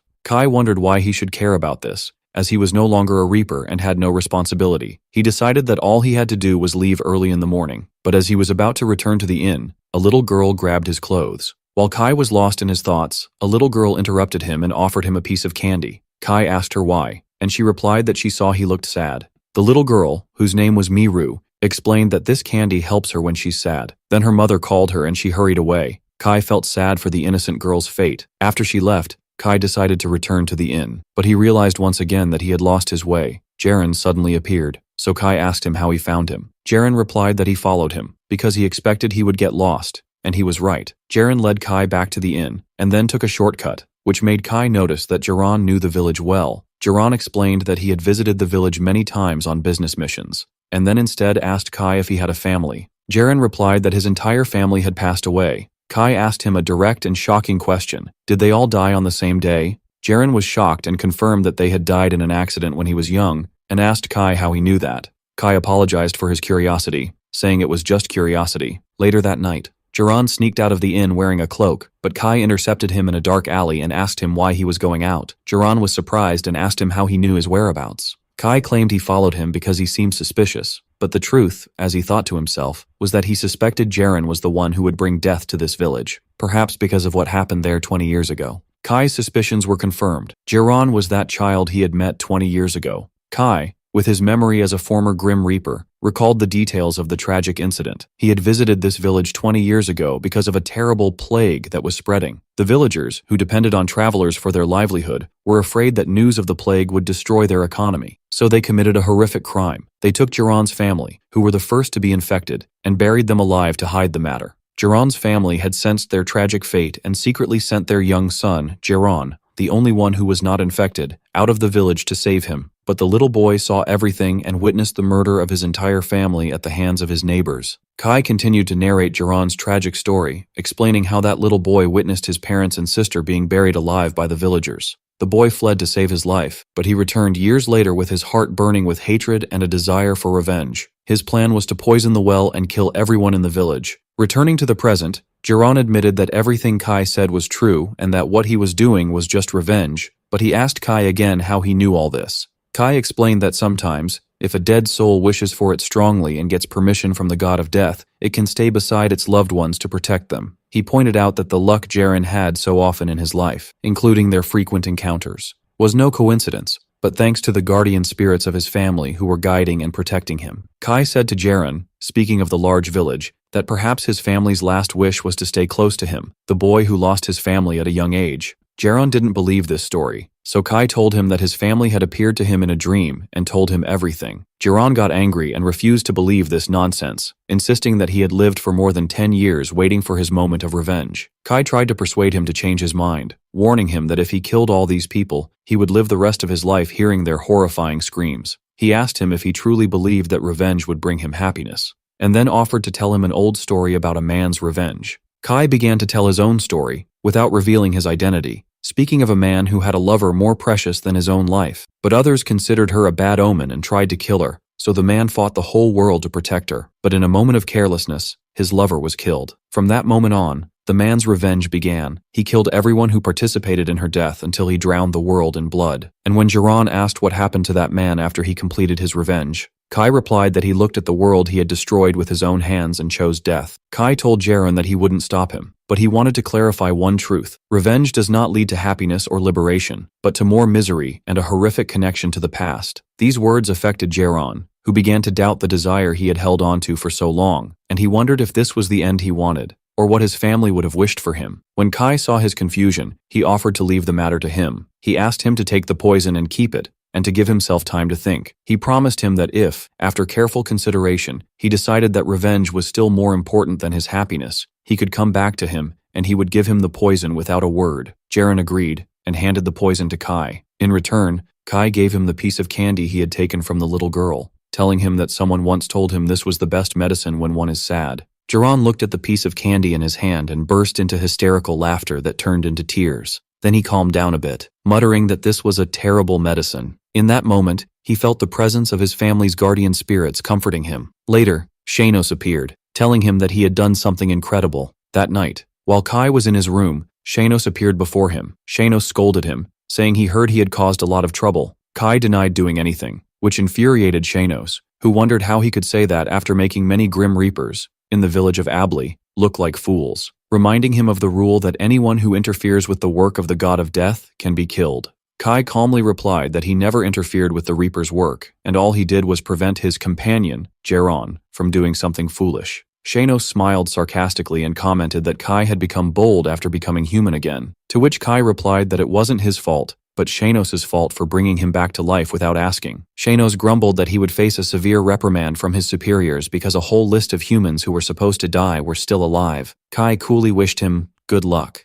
which further annoyed Shanos, who called him a rude bastard before disappearing. Deep down, Kai knew the magnitude of the sin he had committed by preventing human deaths, and realized that Shanos was being lenient with him, so he thanked him in a faint voice. Shanos returned and asked Kai in a somewhat reproachful tone to treat him better next time. A few days later, Kai and Jaren finally arrived at Goethe Academy. Kai was impressed by the sight of the academy as if it were the first time his eyes had fallen upon it. Jaren asked Kai why he returned to the place where it was said he had jumped from a building. Kai replied that he wanted to know why he had tried to kill himself, because he couldn't remember anything no matter how hard he tried. He added jokingly that there was no need to worry. Even if he felt the urge to die again, he would stay alive. Jiren was reassured when he noticed that Kai was in a good enough mood to joke. When it was time to say goodbye, Jiren offered to help Kai anytime, asking him to visit the headquarters of the Black Mercenary Guild if he needed anything. Kai thanked him for bringing him to the academy. But Jiren replied that he was the one who should be thanking him, because he had prevented him from letting his hatred take control of him. After Kai's arrival at Goethe Academy, the scene shifts to Count Shuritan's office, where he was examining an investigation report on Viscount Chikon. The Count explained to his son Lucian that there were many things that didn't seem logical about the Viscount. He had appeared in the Empire 10 years ago as a merchant who bought his title with money, but the source of this immense wealth that enabled him to build a power base so quickly remains a mystery, especially since he was just a nameless peddler. The Count told his son that he couldn't uncover anything, and worse, everyone he sent to investigate the Viscount had disappeared. This increased his suspicion that he was hiding a dangerous secret. The conversation then turned to Cien, with Lucian expressing his constant worry for his brother. The Count tried to reassure him that Cien had changed and would be able to manage, but Lucian reminded him that he knew the truth about Goethe Academy better than anyone. Although Goethe Academy prided itself on having the best facilities and professors, its reality was completely different. Most of its students were nobles and members of royal families, and just gathering them in one place was enough to turn the academy into a battlefield, a place where conspiracies and betrayals thrived, where power decided everything, and the weak were mercilessly crushed. Lucian, as a graduate of the academy, knew this truth well and was worried because his brother, who had returned from it half dead the last time, was insisting on going back again, wishing him to hold on this time. Meanwhile, Kai was walking through the academy's corridors, hearing the students' whispers around him. They were expressing their displeasure at his return, saying he should have stayed dead, and calling him trash. Kai realized he had expected this reception, and that he was completely isolated in this place. When he tried to ask some students for the way to the headmaster's office, they ignored him and ran away. As he was perplexed, a young man with brown hair called out to him and offered to show him the way, although he didn't seem happy about it. In the headmaster's office, a fat man wearing a magician's hat greeted him with exaggerated enthusiasm and told him that he had received a letter from his father stating that Cien would be starting over after the accident that caused his memory loss. But the headmaster then asked a question that aroused Kai's suspicion, inquiring if there was anything else his father had sent with him. Kai replied that he thought the headmaster had already received all the news, which confused the headmaster, but Kai insisted on asking if there was something else he was expecting. But Kai told him that he had not brought anything else with him. The headmaster calmly told Kai that he could leave, reminding him to avoid causing any unnecessary trouble from now on, realizing that the man was expecting a bribe, a habit far from the Shuritan family, known for its integrity. At the door, he found the young man still waiting for him, who explained that they shared the same room and he was going to wait to guide him there. This young man was thinking about why he was waiting for Cien, as he didn't really like him. The original Cien was an annoying boy, strong against the weak and weak against the strong, and he always ignored and despised this young man for being a commoner. But he noticed that Cien had changed somehow after the accident. Kai interrupted his thoughts when he thanked him for waiting. The young man was completely shocked, wondering to himself how Cien could thank a commoner. This situation prompted him to ask if the rumor about his memory loss was true, which Kai confirmed. The young man now began to understand the reason for Cien's strange behavior and his not knowing where the headmaster's office was. As they headed to the dormitory, the young man asked Kai if he didn't remember the room either. Indeed, Kai was surprised by its size. The young man explained that the academy was famous for its good facilities and pointed to Kai's bed. He then asked if he remembered his name, and when Kai said no, the young man introduced himself as Kanto. Kai responded by introducing himself as well, which surprised Kanto again, as this was the first time Cien had introduced himself by name even though they had shared a room for a long time. Kanto asked Kai why he returned to the academy after leaving due to an accident. Kai answered clearly that he came back because he wanted to know the reason behind his suicide attempt, and that he had a feeling the reason was here at the academy. Kanto advised him that it would have been better to keep him away from the academy from the start. Kai added that facing and solving unresolved problems directly is the best way. Kanto was impressed by the courage of this response. Kai then asked him where the rags were, which confused Kanto, who didn't understand what he might need them for. Kai replied that he needed them for cleaning. The next morning, Kanto found Kai and asked him in amazement what had happened. He explained that when he woke up, he found Kai's side of the room sparkling clean, so much so that he could see his reflection on the floor, pointing out that although the original Cien was obsessed with cleanliness, he would never have thought of cleaning himself. Kai coolly replied that cleaning is a normal task, and if a person likes cleanliness, they should clean themselves. Kai added that cleaning was one of his hobbies, which further confused Kanto, who wondered if this was something nobles say. Later in the dining hall, Kanto noticed that Kai went to get his food himself without hesitation. Kanto thought to himself that the academy forbids students from bringing their servants, but nobles usually find commoner students to do these tasks for them. Kanto remembered that nobles with limited influence, like the old Cien, sometimes had to get their own food, and they would do so with their heads bowed in shame. But today's Cien showed no sign of this shame. He walked confidently, holding his tray full of food. Kanto realized that Cien had truly changed and was no longer the scoundrel he knew. As Kai was looking for a place to sit, a student stuck his foot out to trip him. Kai immediately understood that the student wanted him to step on his foot to pass. Very calmly, Kai stepped hard on the student's foot, who screamed in pain. He angrily asked him what he was doing, to which Kai innocently replied if this was what he wanted. The student angrily told him to stop the nonsense. When Kai asked if he was trying to trip him, the student got flustered and backed down, afraid of starting trouble with the son of a count. Kai walked away, leaving the student to think about how the foolish Cien who used to run away or glare angrily in the past had changed. Kai joined Kanto, who was stifling his laughter, impressed by the way Kai had handled the situation, and felt that he would enjoy watching him in the coming days. Elsewhere, a student was telling his group's leader, Lord Elnis, about Cien's return. Elnis received the news with a sly smile, commenting that thanks to that bastard, he wouldn't be bored for a while. In the classroom, Kai found himself the target of the students' bullying as they continued to throw trash and papers at him. But when one of them threw a dirty rag at him, his patience ran out,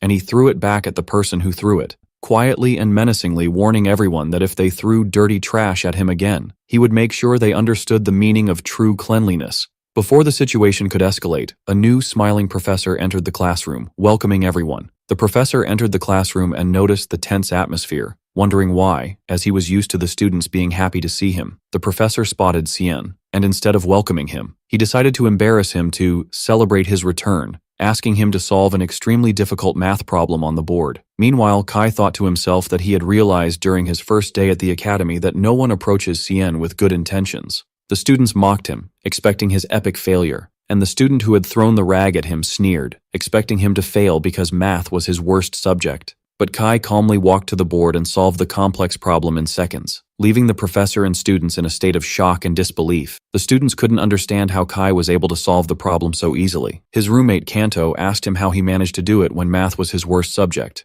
to which Kai coolly replied that he had studied a little after the accident. The troublesome student was amazed by this transformation. Cien no longer fell into traps, had become self-confident, and now he excelled in his studies as well. Elsewhere, a student was telling his leader, Lord Elnis, that Cien had changed. Others agreed, noting that his aura had completely changed, and that he had become strangely cold. But Elnis refused to believe it, thinking the accident had only made him lose his sense of fear, and that he would go back to crying and begging him as soon as he saw him. Elnis ordered his men to bring Cien to him next time because he needed to talk to him. Later, Kanto found Kai sleeping in the academy's garden, and asked him why he was sleeping like that. Kai explained that he was tired of dealing with everyone trying to start trouble with him. As they were about to return to the dormitory, Kai suddenly stopped, and said thank you to an invisible person, explaining that he was thanking them for letting him share the space. Kanto was confused because he didn't see anyone, but in reality, a mysterious person was watching from a distance, and was shocked that Kai was able to notice his presence, the first time he had ever been discovered. Back in their room, Kanto asked Kai about the other person sharing their room, noting that he hadn't come back last night either. Kanto continued his talk with Kai, warning him about their third roommate. He explained that this person is the most dangerous student in the academy,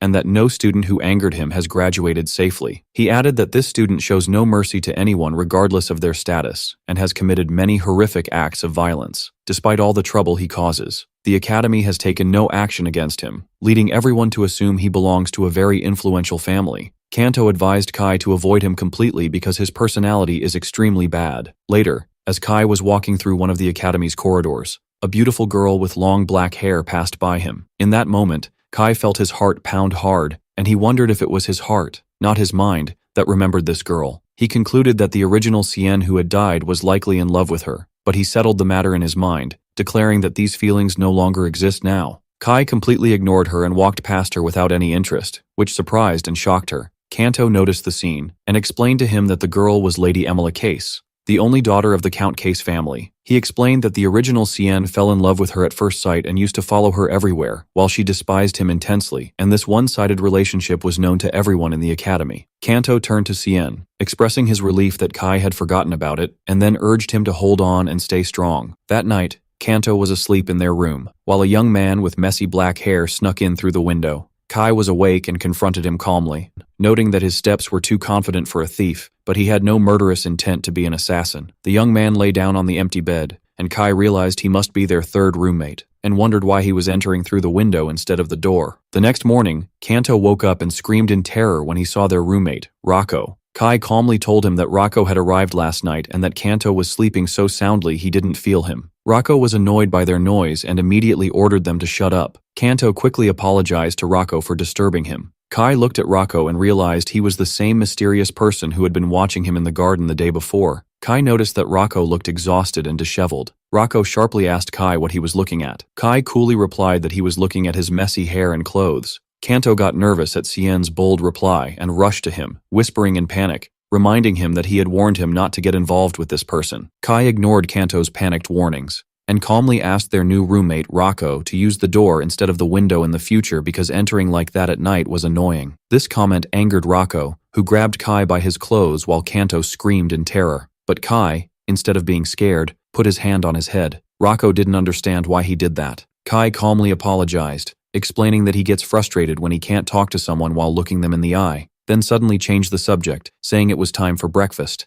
Kai invited Rocco to eat together, but Rocco told him to get lost, so Kanto asked Cien to stop provoking him. Kai ignored them and left, saying he would see them in class. Rocco was left bewildered, wondering about this strange young man. Kanto caught up with Kai and asked if he had lost his sense of fear along with his memory, reminding him how dangerous Rocco was and that the old Cien didn't even dare to look him in the eye. Kai sarcastically replied that he couldn't look him in the eye because his hair was covering them. In the dining hall, while Kanto was still trying to warn Kai, another student, Robin, interrupted them and told Kai that Lord Elnis wanted to see him. Kai pretended not to know him, so Robin got angry and ordered him to come to their club room right after class. After they left, Kai asked Kanto who Elnis was, and Kanto told him he was the person who had made the original Cien's life more difficult. Kanto began to tell the story. When Cien first enrolled in the academy, the students were interested in him for his striking beauty, but over time, due to his stubborn personality and inferiority complex, everyone gradually began to shun him. During that period, Elnis, the son of a duke who was like the absolute ruler within the academy, appeared.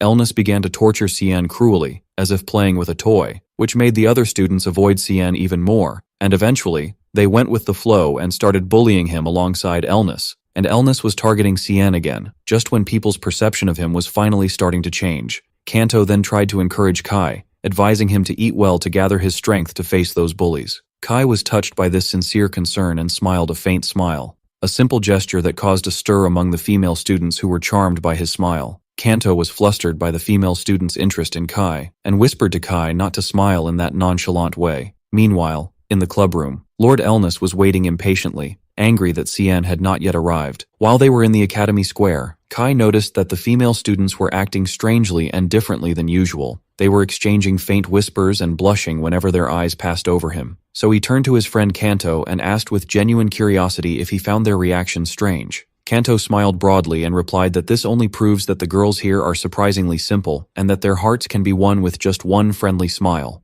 As he said that, Kanto thought to himself that his friend Cien's, now Kai, appearance had always been undeniably attractive, but his real problem lay in his old personality, which was a mixture of pathetic stubbornness and introversion. But now, after his personality had radically changed and he had become calmer and more confident, it was not at all surprising that people were starting to show interest in him again, although the vast majority of them still felt confused by this sudden transformation and had mixed feelings towards him. Kanto reassured his friend Kai not to worry too much about these looks, simply explaining to him that the girls were doing it because they were starting to feel attracted to him. But Kai, who seemed uninterested in the matter, suddenly changed the subject, seriously wondering why he hadn't seen that person named Rocco in the classroom yet. As soon as Kai uttered the name Rocco, Kanto froze in place and his face turned pale as if he had heard the name of a ghost. And when Kai calmly added that he had heard Rocco was supposed to be in their same class, Kanto quickly and emphatically denied it, reminding him in a tense tone that he had told him time and again that Rocco was the #1 troublemaker in the academy, someone to be avoided at all costs. Then, in a desperate attempt to distract Kai, Kanto asked with clear sarcasm if he had ever in his life seen a troublemaker attend classes regularly. At that very moment, as if fate were mocking him, the classroom door flew open and slammed against the wall with a bang, and in walked Rocco with his intimidating aura.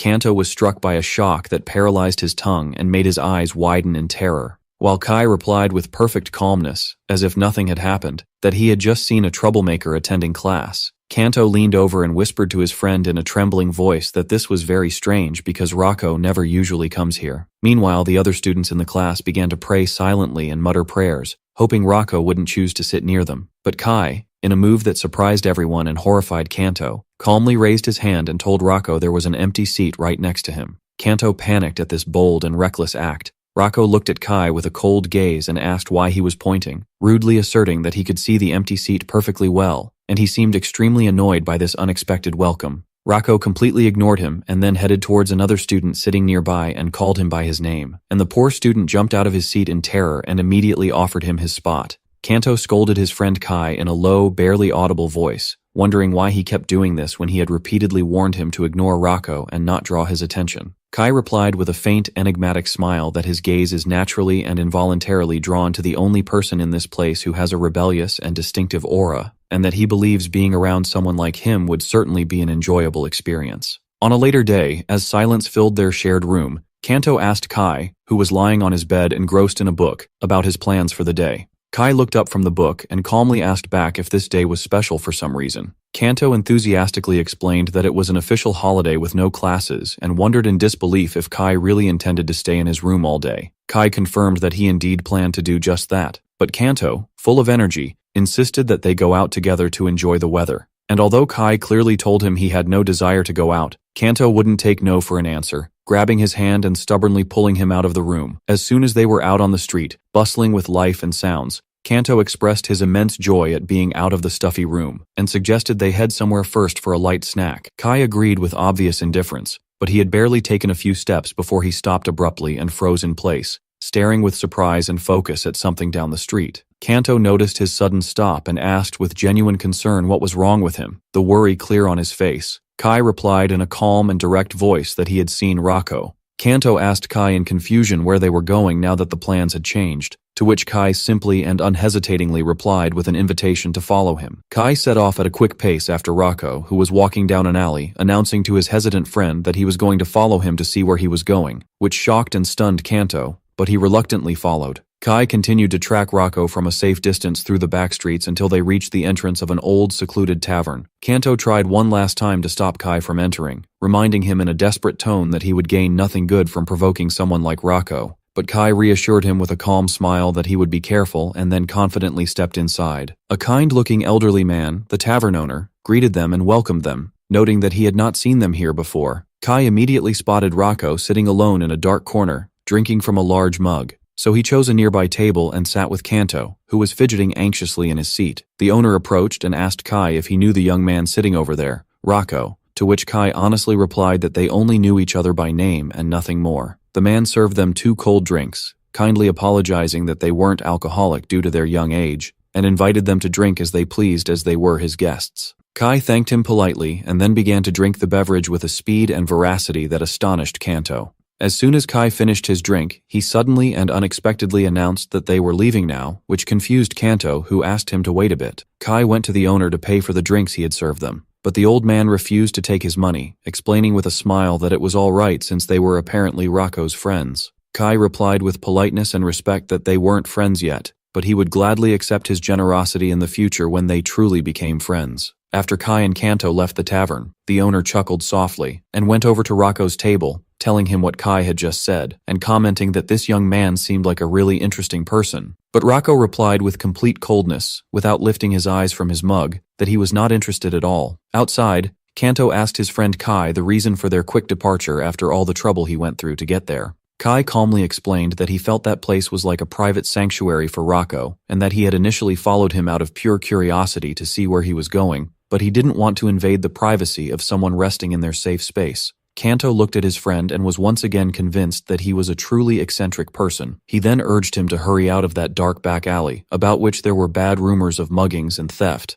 But before they could continue on their way, a sharp scream for help reached their ears from an adjacent alley. They rushed to look and saw a group of men surrounding 2 girls and clearly harassing them, and one of the girls was Amila, whom they knew. Kanto shouted with anger and worry that they must intervene and help the 2 girls immediately. but he was surprised by Kai's calm and indifferent reaction. Kai reminded his friend that they had seen Emila before as if it didn't concern him, at which point Kanto yelled at him angrily, pointing to the other girl who was trembling beside her. Kanto yelled at Kai, his voice filled with anger and panic, asserting that the girl standing there was his younger sister, and he wondered in utter shock how he could have forgotten the faces of his own family members so easily. In the midst of his extreme panic, Kanto realized they had no chance of defeating all those tough men on their own. So he turned to Kai and asked him to wait here while he went as fast as he could to get help from the guards. Kai remained standing motionless, repeating the words, "younger sister," in confusion and bewilderment, as if he were hearing them for the first time. Meanwhile, the girl who was supposedly his sister was telling her friend Emila earlier how she had decided to go out with her for a walk in the city streets since there were no classes that day. She remembered hearing a rumor about a merchant selling rare and precious jewels deep in an alley, so she got curious and decided to go in a little to look for him. But unfortunately, she didn't find him, and suddenly, she and her friend found themselves violently pulled into a deserted, dark side alley by a group of intimidating-looking thugs, and the villains were smiling a terrifying smile that revealed their malicious and evil intentions towards the two girls.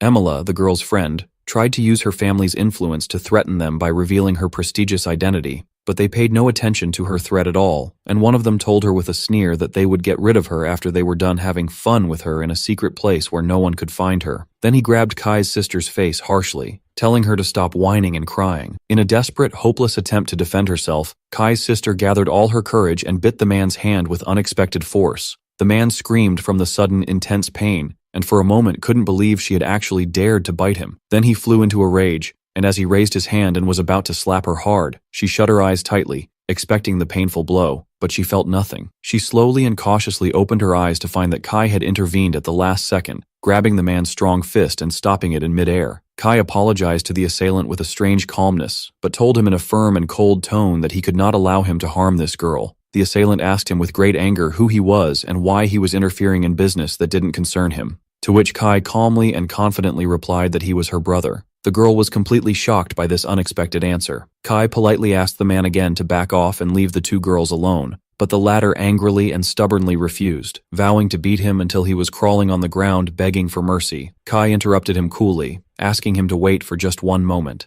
Then he took out a clean white handkerchief from his pocket and wiped his hand that had touched the assailant. After feeling that everything was all right now, he told the assailant with a smile that he could now resume his attack as he pleased. The man exploded with rage, thinking that Kai was mockingly humiliating him, claiming his hands were so dirty he needed to clean them after touching him, and he lunged at him with his fist with all his might, but Kai dodged the blow with incredible grace and agility. Kai grabbed the charging assailant's arm and with a quick movement pressed a specific nerve point in his arm, which made the man let out a high-pitched scream of intense, excruciating pain. Kai reassured him in a calm and frightening tone that there was no need to worry. Although the pain was very sharp now, he would be able to move his arm normally again by tomorrow morning. As the second assailant saw what happened to his companion and rushed towards him in anger, brandishing a dagger, Kai easily dodged his attack and offered him some friendly advice. The assailant tried to stab Kai with the dagger again, but Kai grabbed his arm firmly and held it in place, warning him in a low voice that if he continued to hurt people this way, he would never die peacefully in the future, explaining to him that the grudges and souls of the dead carry a power far greater than he could ever imagine. Kai increased his pressure on the man's arm, and the latter screamed in pain, begging. Kai looked at the rest of the assailants and calmly asked them if they still wanted to continue fighting, asserting that he had plenty of time to deal with all of them one by one, so they were terrified and all fled, scattering in every direction. After the assailants disappeared into the darkness, Emila approached Kai and thanked him for his intervention and for saving her and her friend. But Kai walked right past her without paying her any attention, as if she didn't exist. He approached his sister, who was still in shock, and asked with genuine concern if she was okay and if she could stand on her feet. She replied in a low voice that she was fine, but as soon as she tried to stand up on her own, she winced in pain. Kai noticed that she might have twisted her ankle during the scuffle and offered to support her so she could walk, but she sharply refused and told him to leave her alone. Kai replied calmly and insistently that it was impossible for him to leave her in this difficult situation and go. She was touched by his words and his sincere gaze, and after a moment of hesitation, she finally accepted his help to get up, and they left the place together, with him carefully supporting her so she could move. At that crucial moment, Kanto arrived with a group of guards. Kanto asked his friend Kai where he had been all this time. Kai told him he had an urgent matter to take care of and asked him to look after the two girls now, to which Kanto immediately agreed. Kanto wondered where the other men who attacked them were, While the guard asked Emila if everyone was okay, Emila replied yes, staring at Kai's back as he walked away with clear resentment. Kanto then asked her again if she had been hurt in any way, and from the roof of a nearby dark building, Rocco was sitting and watching the entire scene in silence, thinking to himself that this boy, Kai, was no ordinary person at all. When Kai escorted his sister all the way to the entrance of the towering student dormitory, the girl came to a hesitant stop and informed him in a faint voice that she could continue on her own from there, as if she still couldn't quite believe that he had accompanied her this entire distance. Kai looked down at her pale face and asked with genuine, deep concern if she was truly all right. She simply nodded and replied that she was, though her eyes still held an expression of utter bewilderment. However, Kai was not convinced by her quick answer, insisting on making sure she wasn't just feigning strength, and he asked her in a firm tone to tell him immediately if she felt the slightest bit of pain or dizziness, explaining that it would be a true catastrophe if she were left with any side effects from the incident. A wave of confusion washed over her, and the girl silently wondered about the reason for this dramatic transformation and his sudden behavior as a real, caring brother. Her memory bitterly took her back to the past, when she had tried so hard to get close to him, naively believing they could be good siblings despite their different mothers, but he had cruelly shouted in her face at the time and ordered her to stay away from him as if she were a plague. His harsh words still echoed in her ears, when he had coldly informed her back then that he had no intention of treating a bastard like her as a member of his prestigious family. And since then, he had always deliberately ignored her, pretending not to know her even if they passed each other in the hallways. Kai interrupted her long silence and reverie, calmly explaining that he didn't know if she was aware of it or not, but at the present moment, he honestly possessed no memories of her or their past together. Her eyes widened in complete shock, so Kai told her that he had lost all his memories following a recent accident, and only in that moment did she realize that this was the only logical explanation for his sudden and incomprehensible change in attitude towards her. Kai told her that since things had come to this, it was best he inform her of something beforehand. But she quickly cut him off, her tone carrying a mix of warning and despair, reminding him that when his memory inevitably returned, he would deeply regret his kindness and helping her, which is why she asked him to pretend from now on that he didn't know her, just as he always had. She added in a trembling voice that this was the only safe way for them both to avoid pain and suffering in the future. But Kai, instead of listening, gently took her hand, causing her to freeze in place, and asked her a simple, surprising question. What was her name? He then told her seriously that if she couldn't remember, she should forget the matter as it is, because he wouldn't. He added that he dislikes repeating himself, but since she was his sister, a fact he now understood, he would ask her for her name once more. After a few moments of hesitation and internal conflict, she answered in a barely audible voice that her name was Eris. Kai repeated her name as if tasting it for the first time, then gently and tenderly patted her on the head in a way she had never experienced from him before. He then told her with a faint smile that he would see her again, and quietly left. Eris stood frozen in place, watching him walk away, recalling his warm words when he had clearly declared he was her brother. But she quickly chided herself, sadly telling herself not to get her hopes up, as it was impossible that he had truly accepted her as a member of his family so easily. The next day, as they were eating, Kanto asked his friend Kai with visible concern what exactly happened yesterday, inquiring where the men who were harassing the girls had disappeared to, and why he had returned to the dorm so late at night. Kai remembered that after he parted ways with Eris, feeling satisfied for helping her, he had found himself lost once again in the sprawling academy campus, and due to his complete unfamiliarity with the place, he couldn't find his way back until late at night when the grounds were completely empty of students he could ask. But not wanting to admit this, he simply told Kanto that he had some personal matters to attend to, and that what mattered in the end was that everyone was safe and unharmed. He then changed the subject and told Kanto he had an important question regarding his siblings. Kanto looked at him with great surprise that Kai had forgotten even his memories of his own family, and told him that Krav is his younger brother and is currently studying with him at the same academy. Kai anxiously wondered to himself if he also hated his younger brother Krav as much as he had hated Eris.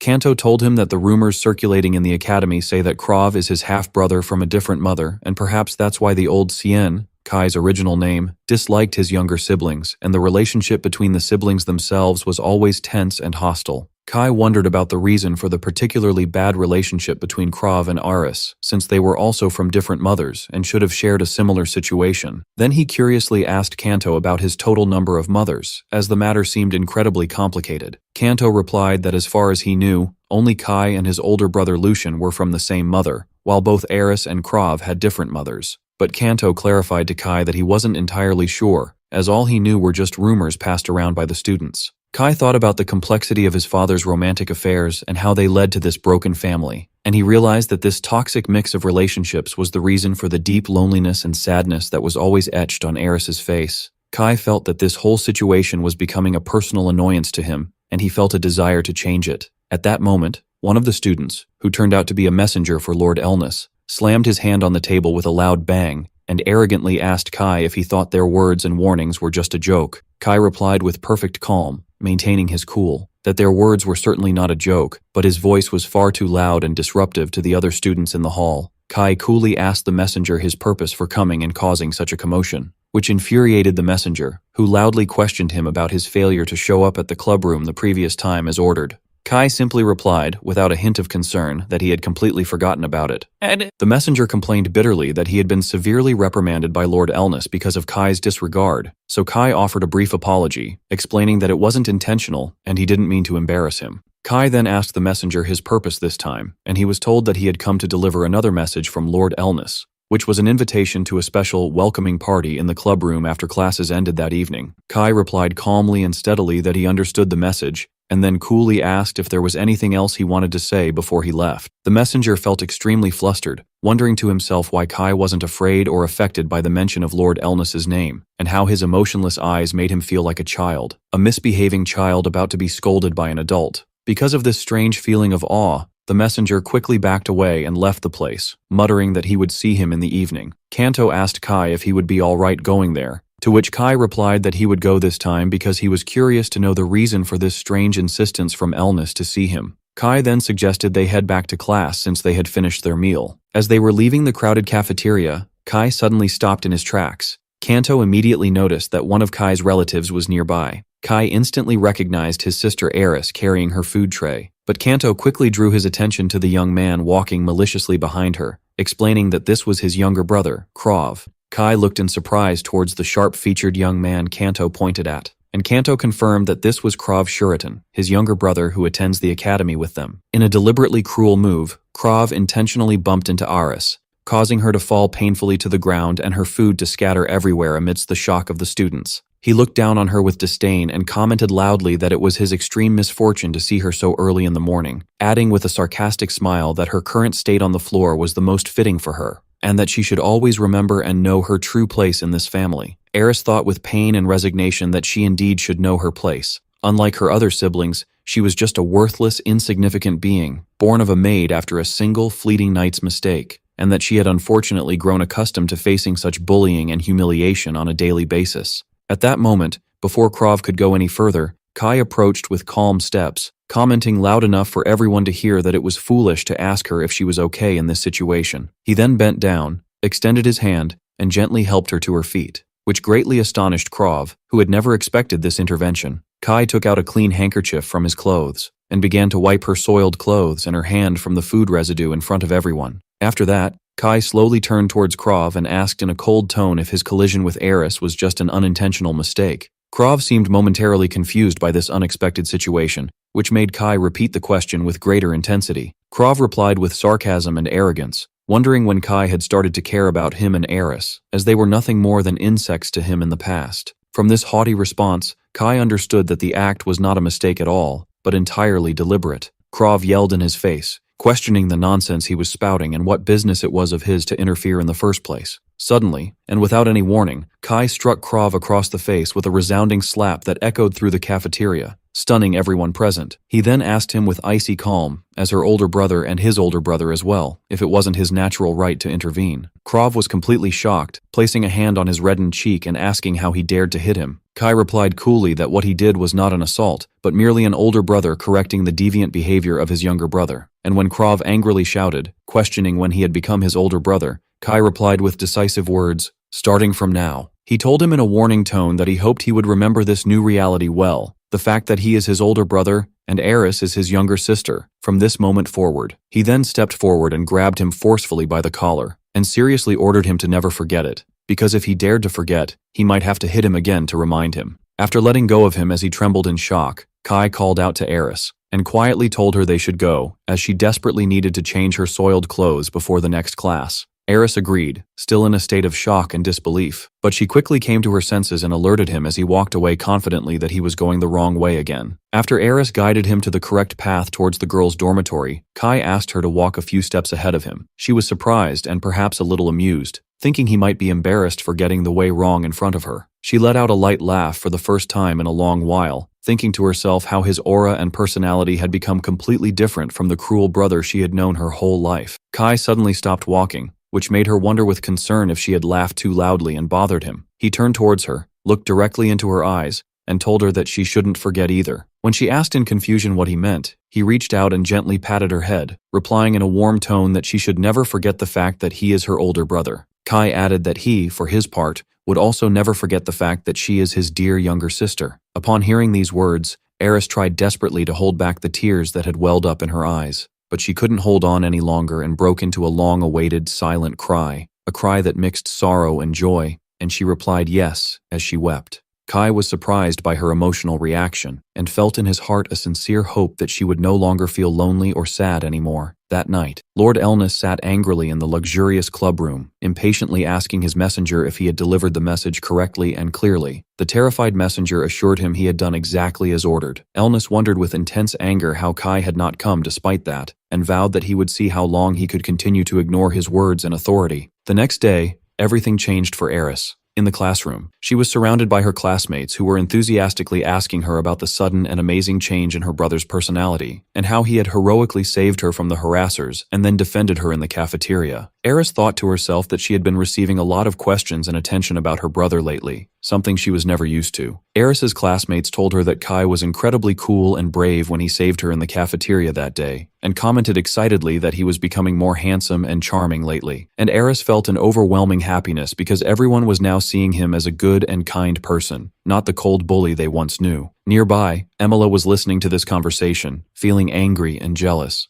She admitted to herself that she had always hated Cien, finding him annoying and arrogant. But lately, and strangely, she had begun to think that he had some likable aspects she hadn't noticed before. Her anger grew even more because he was completely ignoring her now that she had started to care about him. Suddenly, the students' conversation was cut short by a loud and terrifying crashing sound from outside. All the students, in a state of curiosity and panic, rushed to the window to see what was happening. As Eris was about to look as well, her brother Kai suddenly appeared out of nowhere, and in a swift motion, he hugged her tightly and covered her eyes with his hands, telling her in a firm and calm voice not to look at the gruesome scene below. Horrified whispers spread among the students that someone had jumped from the roof of the building. Eris was sitting in her usual classroom atmosphere with her classmates, but the silence was heavy with tension, and one of the girls was still trembling involuntarily whenever her memory replayed the horrific scene she had witnessed with her own eyes. Wishing deep down that she had never looked in that direction, Eris asked her friend in a low voice if the scene was truly that terrible, and the girl confirmed with a shaky voice that Eris was fortunate not to have seen it. The conversation then shifted, and the girl expressed a sudden and intense admiration for Kai, saying in a dreamy tone that for the first time in her life, she wished she had a kind older brother like Cien.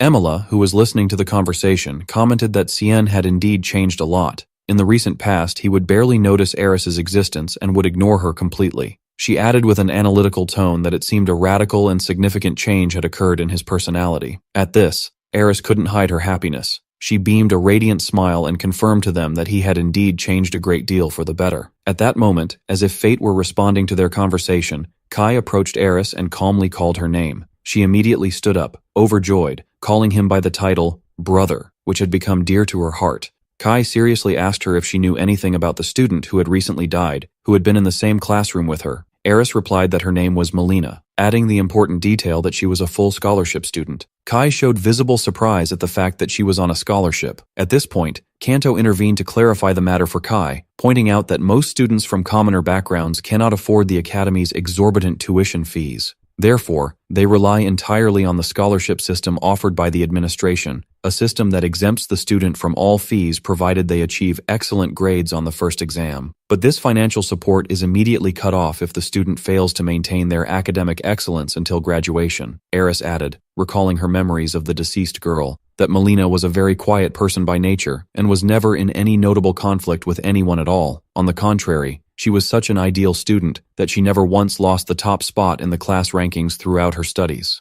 Kai asked a specific question about whether she had seemed exhausted or tired lately, Eris remembered that her skin had looked somewhat pale in the days leading up to her death, and she wondered if it was due to her extreme exhaustion from studying so much and the psychological pressure to maintain her scholarship. Kai calmly told her that he understood, and that they would talk later. Then he left abruptly. Eris wondered to herself with concern about the reason for his sudden interest in this sad matter. As Kai was walking down the hall with Kanto, Kanto asked him about the reason for his sudden and strange question on the topic. Kai answered him with a brief phrase, saying he would tell him the details later, leaving Kanto drowning in his confusion. Suddenly, Kanto stopped in his tracks, so Kai asked him why. Kanto nodded his head towards a person standing a few meters away, calling him by the name Elnus. And so Kai found himself face to face with Elnus, who greeted him with a contrived smile, saying he hadn't seen him in a long time. Kai replied with an icy coldness, questioning if their fragile relationship even permitted such a warm greeting, before confronting him directly and without preamble, stating that he had heard Elnus's constant bullying was the real reason the original CN had attempted his tragic suicide. Elnus feigned complete ignorance and asked him dismissively what he was talking about,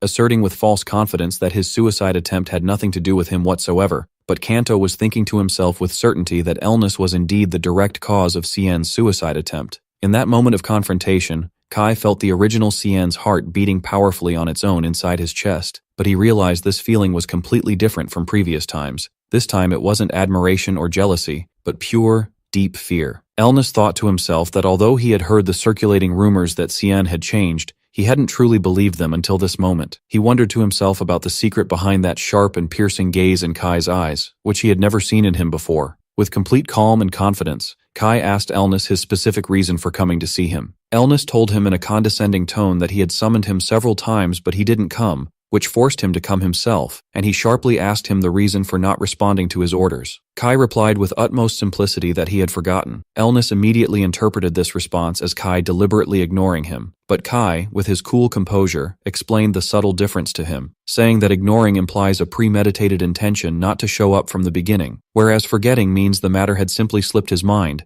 and that the two meanings have a significant difference in intent. Kai then asked him in a calm, analytical tone if he suffered from an inferiority complex that drove him to assert his dominance over others. Elnus flew into a rage at this direct accusation, so Kai skillfully changed the subject and asked him again about his reason for summoning him in the first place. Elnus was visibly flustered and admitted with a stammer that there was no particular reason or important matter. At that point, Kai seriously asked him not to summon him in the future if there was no real reason to do so. Elnus was completely shocked by this bold and unexpected response. So Kai continued, explaining that they both had more important things to do and had no time to waste on empty summons, which is why he was asking him not to call for him uselessly again. Kai then turned to leave, coolly announcing that their conversation was over at this point.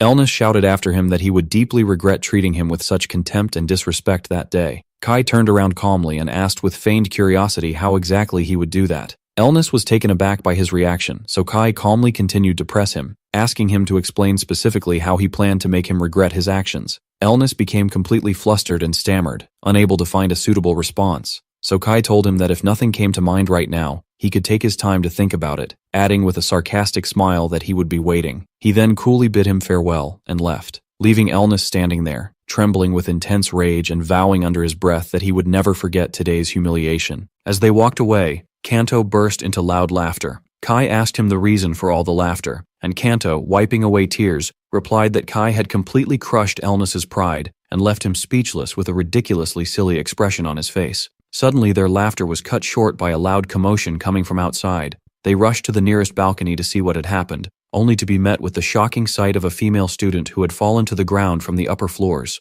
A student looked up and screamed in a terrified voice that someone was still standing on the edge up there. It was Rocco, whose appearance and position suggested that he was the one who had pushed the student. The news spread like wildfire through the academy's halls. One student told her friend that Rocco had pushed a student from the roof and was caught red-handed at the scene and was now being held in solitary confinement. Her classmate added with certainty that she was sure the professors and the academy administration were completely convinced that Rocco was the culprit. Later that day, as Kai and Kanto sat in silence at a dinner table, Kanto asked Kai in a serious tone if he truly believed someone like Rocco could have killed her. Kai replied with surprising confidence that he believed the girl had committed suicide this time as well. Kanto was shocked by this assertion and asked him how he could be so sure. Kai thought to himself that when he worked as a Grim Reaper in his past life, the easiest souls to guide to the other world were those of people who had committed suicide. They had no remaining attachment to life and would follow him with ease, without needing much persuasion. He clearly remembered that the soul of the girl, Melina, who had died a few days ago, had immediately followed the Grim Reaper sent for her. He added in his mind that if Rocco had killed this girl, her angry and vengeful spirit would be hovering around him now, seeking revenge. But of course he couldn't explain all that to Kanto. To change the subject, Kai asked Kanto if he knew anything about the girl who had died this time. Kanto noticed he was clearly changing the subject again, but he answered that she was a scholarship student just like Melina, and she didn't have any particular problems or enemies at school, expressing his deep confusion at the repetition of these tragic incidents among scholarship students. Kai told him that an old story he had heard a long time ago had suddenly come to his mind. Kanto curiously asked him about the story. Kai began to narrate the story, explaining that it was about 3 people who were caught in a fierce storm and ended up on a small, remote, uninhabited island. They tried to survive in every possible way, clinging to the hope that someone would inevitably come to rescue them. Kai revealed that this story was actually a real experience he had when he was a Grim Reaper. At the time, he found it strange and perplexing. They were working so hard to live despite all the odds, and he wondered why it was destined in the records of fate that they would die soon. After a short period of despair, one of them could no longer endure and chose to end his own life, starting the very next day.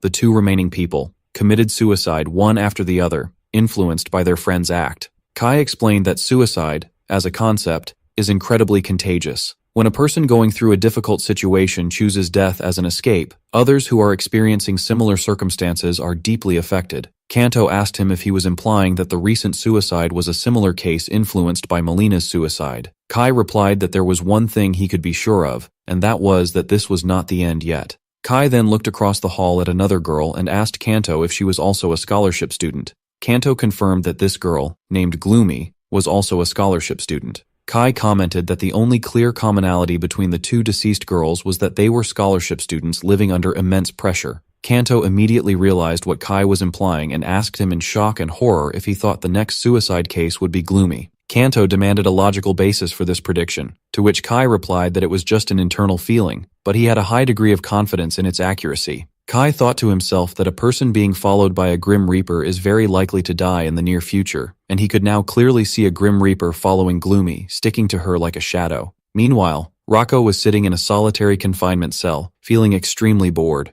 wondering why no one had come to question or investigate him after all this time. He began to replay in his mind exactly what had happened on that fateful day. In a clear flashback, Rocco was standing alone on the roof of the building. When a distraught-looking girl came up to him, he asked her why she had come up to a place like this all by herself. Rocco recalls the details of what happened. He was on the roof asking the girl to come down and step away from the edge because the place was dangerous. But instead of complying, she suddenly let out a desperate scream and threw herself from the top. Reiko quickly moved to the edge from which the girl had fallen, as he didn't understand the reason for her sudden and horrifying fall. And this exact situation led to the spread of the rumor that Rocco was the one who had pushed her. In his isolation, Rocco thought that under these suspicious circumstances, it would have been easy to accuse him of murder, and he wondered why they were taking so long with the investigation. He concluded that the huge donations that come to the Academy in his family's name were probably making them hesitant to give up such an important source of funding. But in the end, he decided he didn't care about the outcome, whatever it might be. He was interrupted by Kai's calm voice, commenting that he seemed far too relaxed for someone in his position. Rocco asked in surprise who he was to come looking for him in confinement, especially after he had bribed the guards to get in. Kai replied with a strange phrase that he came because he was worried about him as his roommate,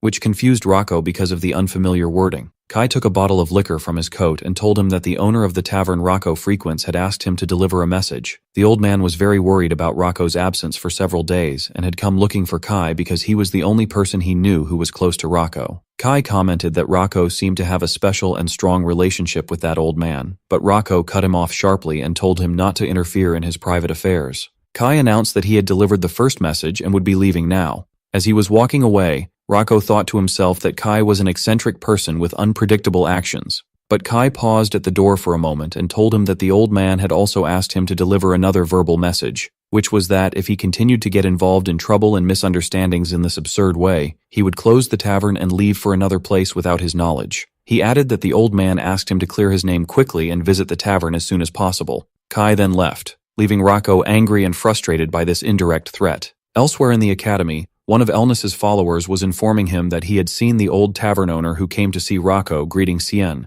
and that Cien had gone right after that to check on Rocco himself in confinement. From this information, Elnis concluded that this meant Cien and Rocco were much closer than he had imagined. Elnis thought to himself that even without this new reason, he couldn't stand Rocco because of his always volatile and provocative behavior. He noticed that the Academy administration was trying to quietly cover up the whole incident, but he decided that he couldn't let the matter slide so easily, and that he desperately needed to contact his father and leverage his influence. The third student, Gloomy, was standing on the edge of the Academy's towering building at night. She sighed in despair before throwing her body into the void. As she was falling, she wondered to herself why she felt nothing at all. But before she could hit the ground, Kai had arrived at the right moment and used his threads to suspend her in the air, and caught her in his arms. Gloomy looked at him in complete shock and called his name, Cien. Kai, still holding her, told her that he had many questions for her, and asked her to give him some of her time. In the headmaster's office, the man was shouting angrily, "Damn it all!" wondering why these scholarship beggars kept causing all these problems. He thought angrily about their audacity to stir up trouble like this. At that moment, his assistant burst into the office yelling,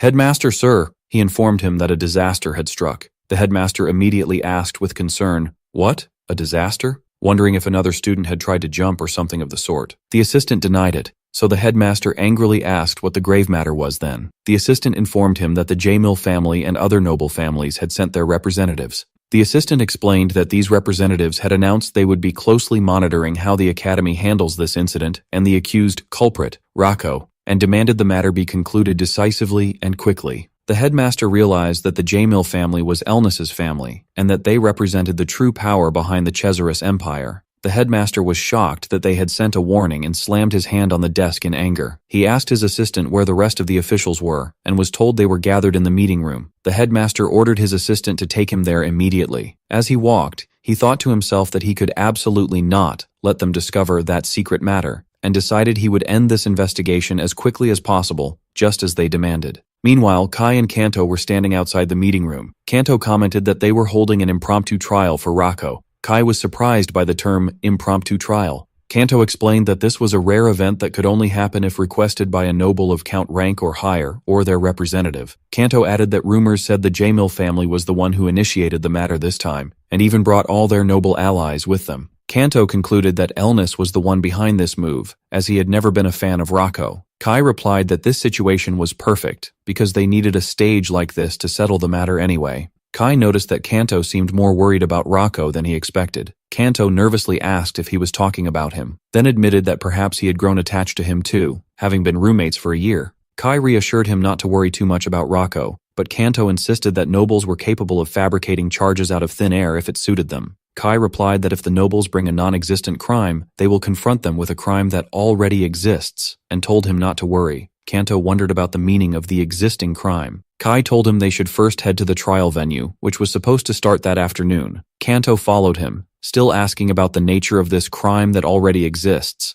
When he asked if he wasn't going to tell him this time either, Kai ignored him. In the trial hall, the session for the recent murder case was announced to have begun. A professor wondered with concern if Rocco had really killed the girls, to which another professor calmly replied that the truth had not yet been revealed, and that no one really knew what had happened yet. In the trial hall, the official, the J-Mill family representative, ordered the accused to be brought in. Rocco entered and stood alone in the center of the hall. The official asked him directly if he was the one who killed the student, Kesha. Rocco replied calmly and steadily that he had not killed anyone. This answer angered the J-Mill family representative, who wondered to himself about the look in Rocco's eyes, and how he dared to look at him with such insolence. The other representative shouted at Rocco to stop playing dumb, asserting that there were witnesses who saw him commit the crime. Rocco realized in that moment that they were trying to frame him for this. The representative ordered the witnesses to be brought in. 2 students entered and sat at the stand. The 2 witnesses began their testimony. They claimed they had seen Rocco standing near the edge of the roof, and that before she fell, Kesha looked as if she were begging him to save her life. Reiko watched them, thinking that he had to reveal that thing, even though he knew it might cause him a headache. He continued to think that he believed the man who had sent Kai was hoping to use him. Kai clenched his fist, then suddenly stood up and asked the 2 witnesses if they could take responsibility for their testimony. Kanto, sitting next to him,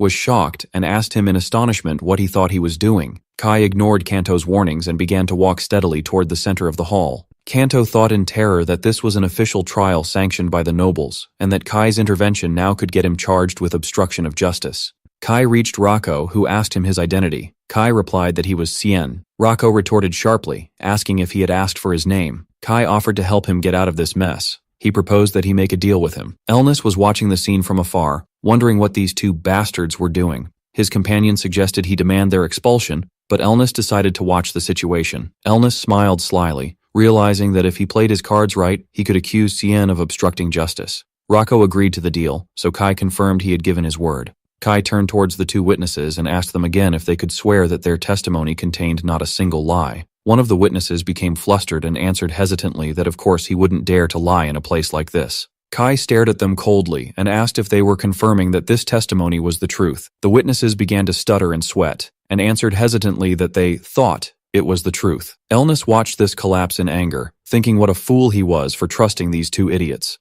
Kai approached the main platform and addressed the headmaster directly, asking Jabiru if he knew anything about the two deceased female students. Headmaster Jabiru looked confused and shouted, denying any knowledge, asserting that all he knew was that they were students at this academy. Kai replied calmly, reminding the headmaster that he was aware the two deceased students were scholarship recipients. The headmaster scoffed, wondering if they really were, and what importance that held. Kai began to explain to the audience that this academy, as everyone knows, is highly prestigious. He clarified that upon graduating from it, even a commoner could achieve great success. Graduates are treated with respect in any field of work, and if they are lucky, they might find a position in the royal court. Kai continued, explaining that this is the reason why scholarship students from ordinary backgrounds fear expulsion due to bad grades more than they fear death itself. Kai then leveled his accusation, pointing out that the two deceased female students had chosen the wrong path to raise their falling grades, and that the person who suggested this path to them was none other than Headmaster Jabiru himself. The headmaster was stunned and shouted in denial. The J-Mill family representative stood up angrily and confronted the headmaster, reminding him that forging grades is a crime under continental law. The headmaster exploded in anger, calling Kai's words absurd and nonsense, and insisted that it was impossible for him to do something like that. Kai pressed him further, asking if he also denied extorting money and valuables from students in exchange for raising their grades. The headmaster lost his composure and screamed at Kai, asking who had taught him this nonsense to come and bother him with it. At that moment, a voice came from the audience, as the student Gloomy confessed that she was the one who told him. Gloomy stood up and began her testimony. She explained that she and the two students who had died had all received the same offer from the headmaster. She admitted that she tried to hide it until the end, but after seeing the others who were in her same situation choose death, she could no longer bear it. Upon hearing this confession, the J-Mill family representative confronted Headmaster Jabiru again, demanding an explanation for what was happening. He declared that if what the student was saying was true, the headmaster was finished. The representative threatened that he would order him to be dragged to the royal palace immediately. The headmaster broke down and began to beg for mercy and for them to give him a moment. Here, Kai intervened, interrupting the representative with an apology and asking him to wait a moment. He then turned to Gloomy, apologizing to her, but asked her to speak once more. Gloomy agreed, and explained that the wounds she had received from the headmaster had been bandaged by someone else. Gloomy continued her testimony, saying that this person told her he understood all her pain, that everything would be all right, and promised to offer help, but she soon realized she wasn't the only one. She revealed that the other female students who had died were also victims being manipulated by that same person. Gloomy then turned towards the faculty and directed her accusation. The girl wondered if that was the case, directing her question to Professor Joy. Professor Joy was completely shocked, and he suddenly stood up, screaming that it wasn't true, and that all he had done was try to console his wounded female students. Headmaster Jabiru found his chance to attack, and screamed at Professor Joy, calling him a bastard, and wondering how he, as a teacher, could exploit his students to satisfy his own ego, and declared that Joy had been the biggest problem all along. Joy responded angrily, accusing the headmaster of being the one who committed the vile acts and was now trying to frame him for them. Jabiru scoffed, wondering who had then taken that opportunity to exploit the female students.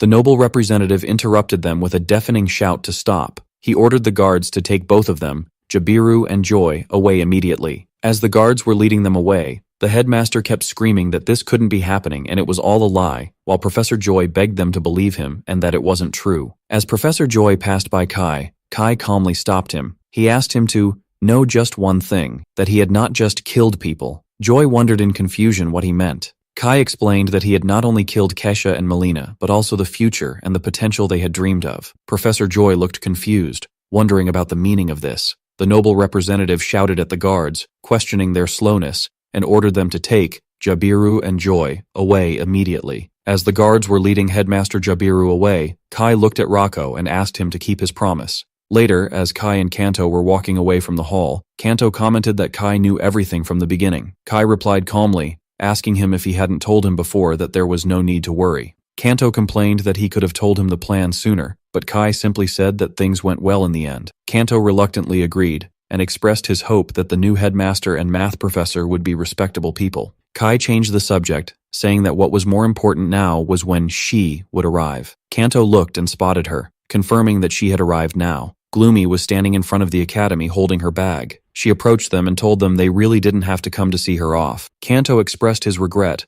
wishing they could continue traveling together. He reminded her that he had heard the academy had offered for her to stay, but Gloomy refused, explaining that the place held too many painful memories that she didn't think she could bear. Kanto handed her an envelope, so Gloomy asked what it was. Kanto told her that she was a smart girl, and that if she had nowhere else to go, she should head to the merchant guild run by his father. He assured her that his father would be happy to offer her a job. Gloomy thanked him for offering his help. Gloomy then turned to Kai and thanked him sincerely, and with a radiant smile she thanked him again for saving her life. After Gloomy left, Kai and Kanto were walking together. Kanto mentioned that because of this whole incident, the scholarship system at the academy would change a little. He explained that usually, a student would be dismissed from the scholarship as soon as their grades dropped, but the new system would give students another chance until the next exam. Kai simply listened. Kanto said there was one thing that intrigued him, and he asked Kai what exactly he had said to Rocco in the trial hall. Kai replied that he had told Rocco he would solve the problem in exchange for Rocco doing him a few favors. Kanto was shocked and shouted, wondering how he dared to ask for favors from Rocco. Kanto asked what those favors were. Kai was silent for a moment, then revealed that the favor he had asked for was...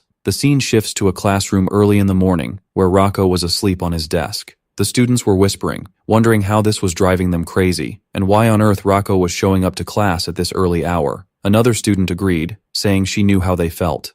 Rocco suddenly woke up to find Kai standing in front of him. Kanto was still shocked by his presence in the class, so Kai reminded him that promises must be kept. The scene flashes back to their conversation during the trial, where Kai's request was for Rocco to attend classes seriously. Rocco was dumbfounded by this request. Kai explained to him that this suicide incident happened because of the exorbitant tuition fees and that if Rocco had any conscience, he should attend every single time. Back in the classroom, Kanto was still whispering to Kai that he couldn't believe Rocco was actually keeping his promise, and complained that they were now forced to come early because of him. Kanto let out a soft laugh, so Rocco lost his temper and hit Kanto on the head with a book, which startled Kanto. Rocco pointed his finger at him and threatened that if he laughed again, he would be dead. Kanto froze in terror. At that moment, Kai reached his seat and thanked Rocco for keeping his promise. Rocco looked at him with disdain, thinking to himself that he had expected a huge request, but Kai was just a weirdo. He wondered what benefit Kai got from him attending class. Rocco sat down, thinking that this kind of commitment was extremely annoying and exhausting. But still, he admitted to himself that Kai had indeed helped him, so he figured he could play along with him for a while.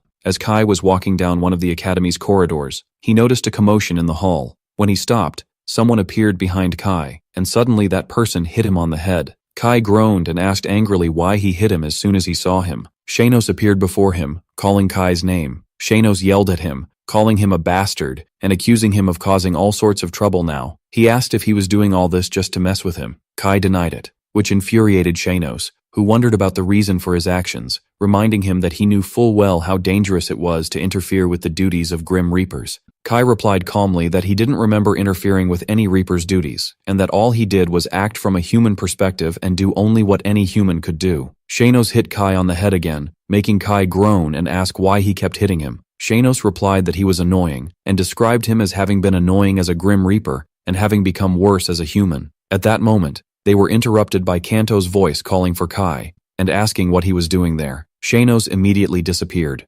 Kanto looked around and asked if someone else was with him, because he thought he saw another shadow. Kai replied that it said this place is haunted. Kanto freaked out, so Kai suggested they leave. As they were walking away, the invisible Shanos was fuming with rage because Kai had described him as a ghost. As they walked, Kanto mentioned that he had heard some guests were coming, and that the academy seemed to be in chaos, and asked Kai if he knew why. Kanto explained that the atmosphere at the academy had been gloomy since the incident with the scholarship students. To change this mood, the administration decided to hold an inauguration ceremony for the new headmaster as a sort of festival. Kai simply said he understood. They arrived at a hall where students were working on festival preparations. A female student shouted, asking them why they were late, asserting that they were short on helping hands. Kanto asked in confusion if their class was assigned a task. The student reminded him that they were responsible for making a statue for the hall, and that she had told him that before. Kanto began to grumble, wondering how they were supposed to make something so difficult and wishing they had chosen another task. But the student ordered him to stop complaining and start working. Rako was lying on a nearby bench, so Kai asked him if he intended to help. Kai approached Rako, who asked him why he should do that. Kai reminded him that this event was considered a type of class. Kanto was watching the scene from afar and commented to himself that Rako was still listening to Cien's requests, and that this was truly unexpected. Kanto laughed silently, so Rako threw a coin that hit Kanto hard on the head. Kanto shouted that throwing coins was going too far. Kanto froze when Rako asked him in a menacing tone who had given him permission to laugh. The female student also commented that throwing coins was dangerous. Kai intervened, saying there was something that had been puzzling him for a while, and he asked what these statues were supposed to be. The students answered together hesitantly with words like agony, pain, love. Kai replied, asserting that those names were wonderful, and his classmates asked if that was really true. But in the next moment, the students collapsed when they realized Kai only meant the titles, and that their sculptures were truly failures. Kai looked at them coolly and asked them again what exactly they were trying to make. They replied with the same words, agony, pain, and love. When Kai turned to leave, a student jumped behind him, shouting that he was just kidding, and begged him not to go. The student continued to plead, explaining that they were genuinely short on helping hands and begged him to help them. Later, Kanto was standing in awe before a huge and masterfully crafted statue, commenting that this was what Kai made after the class asked him for help. The statue depicted a complex and lifelike scene. Other students commented that the quality of the work was insane, and that they had never seen a statue with such vitality. Kanto looked at Kai and asked him if there was anything he couldn't do. Kai told him that it was time for the ceremony to begin. Kanto agreed, saying they should head inside as well. They entered the grand hall, which was decorated and crowded with guests. Kanto looked around, mesmerized, and commented that this scene was unbelievable. Kanto pointed out that nobles and dignitaries from all over the country and even members of the royal family were present, and that every important figure was there. But Kai was looking in another direction, thinking that he was surprised to see Rako here first. The announcer, the new professor, stood on a balcony, thanked everyone for waiting, and announced the start of the inauguration ceremony. The announcer continued his speech, declaring that he would now introduce the newly appointed headmaster of Gotha Academy, Lord Taylor Rubison. The audience was completely shocked,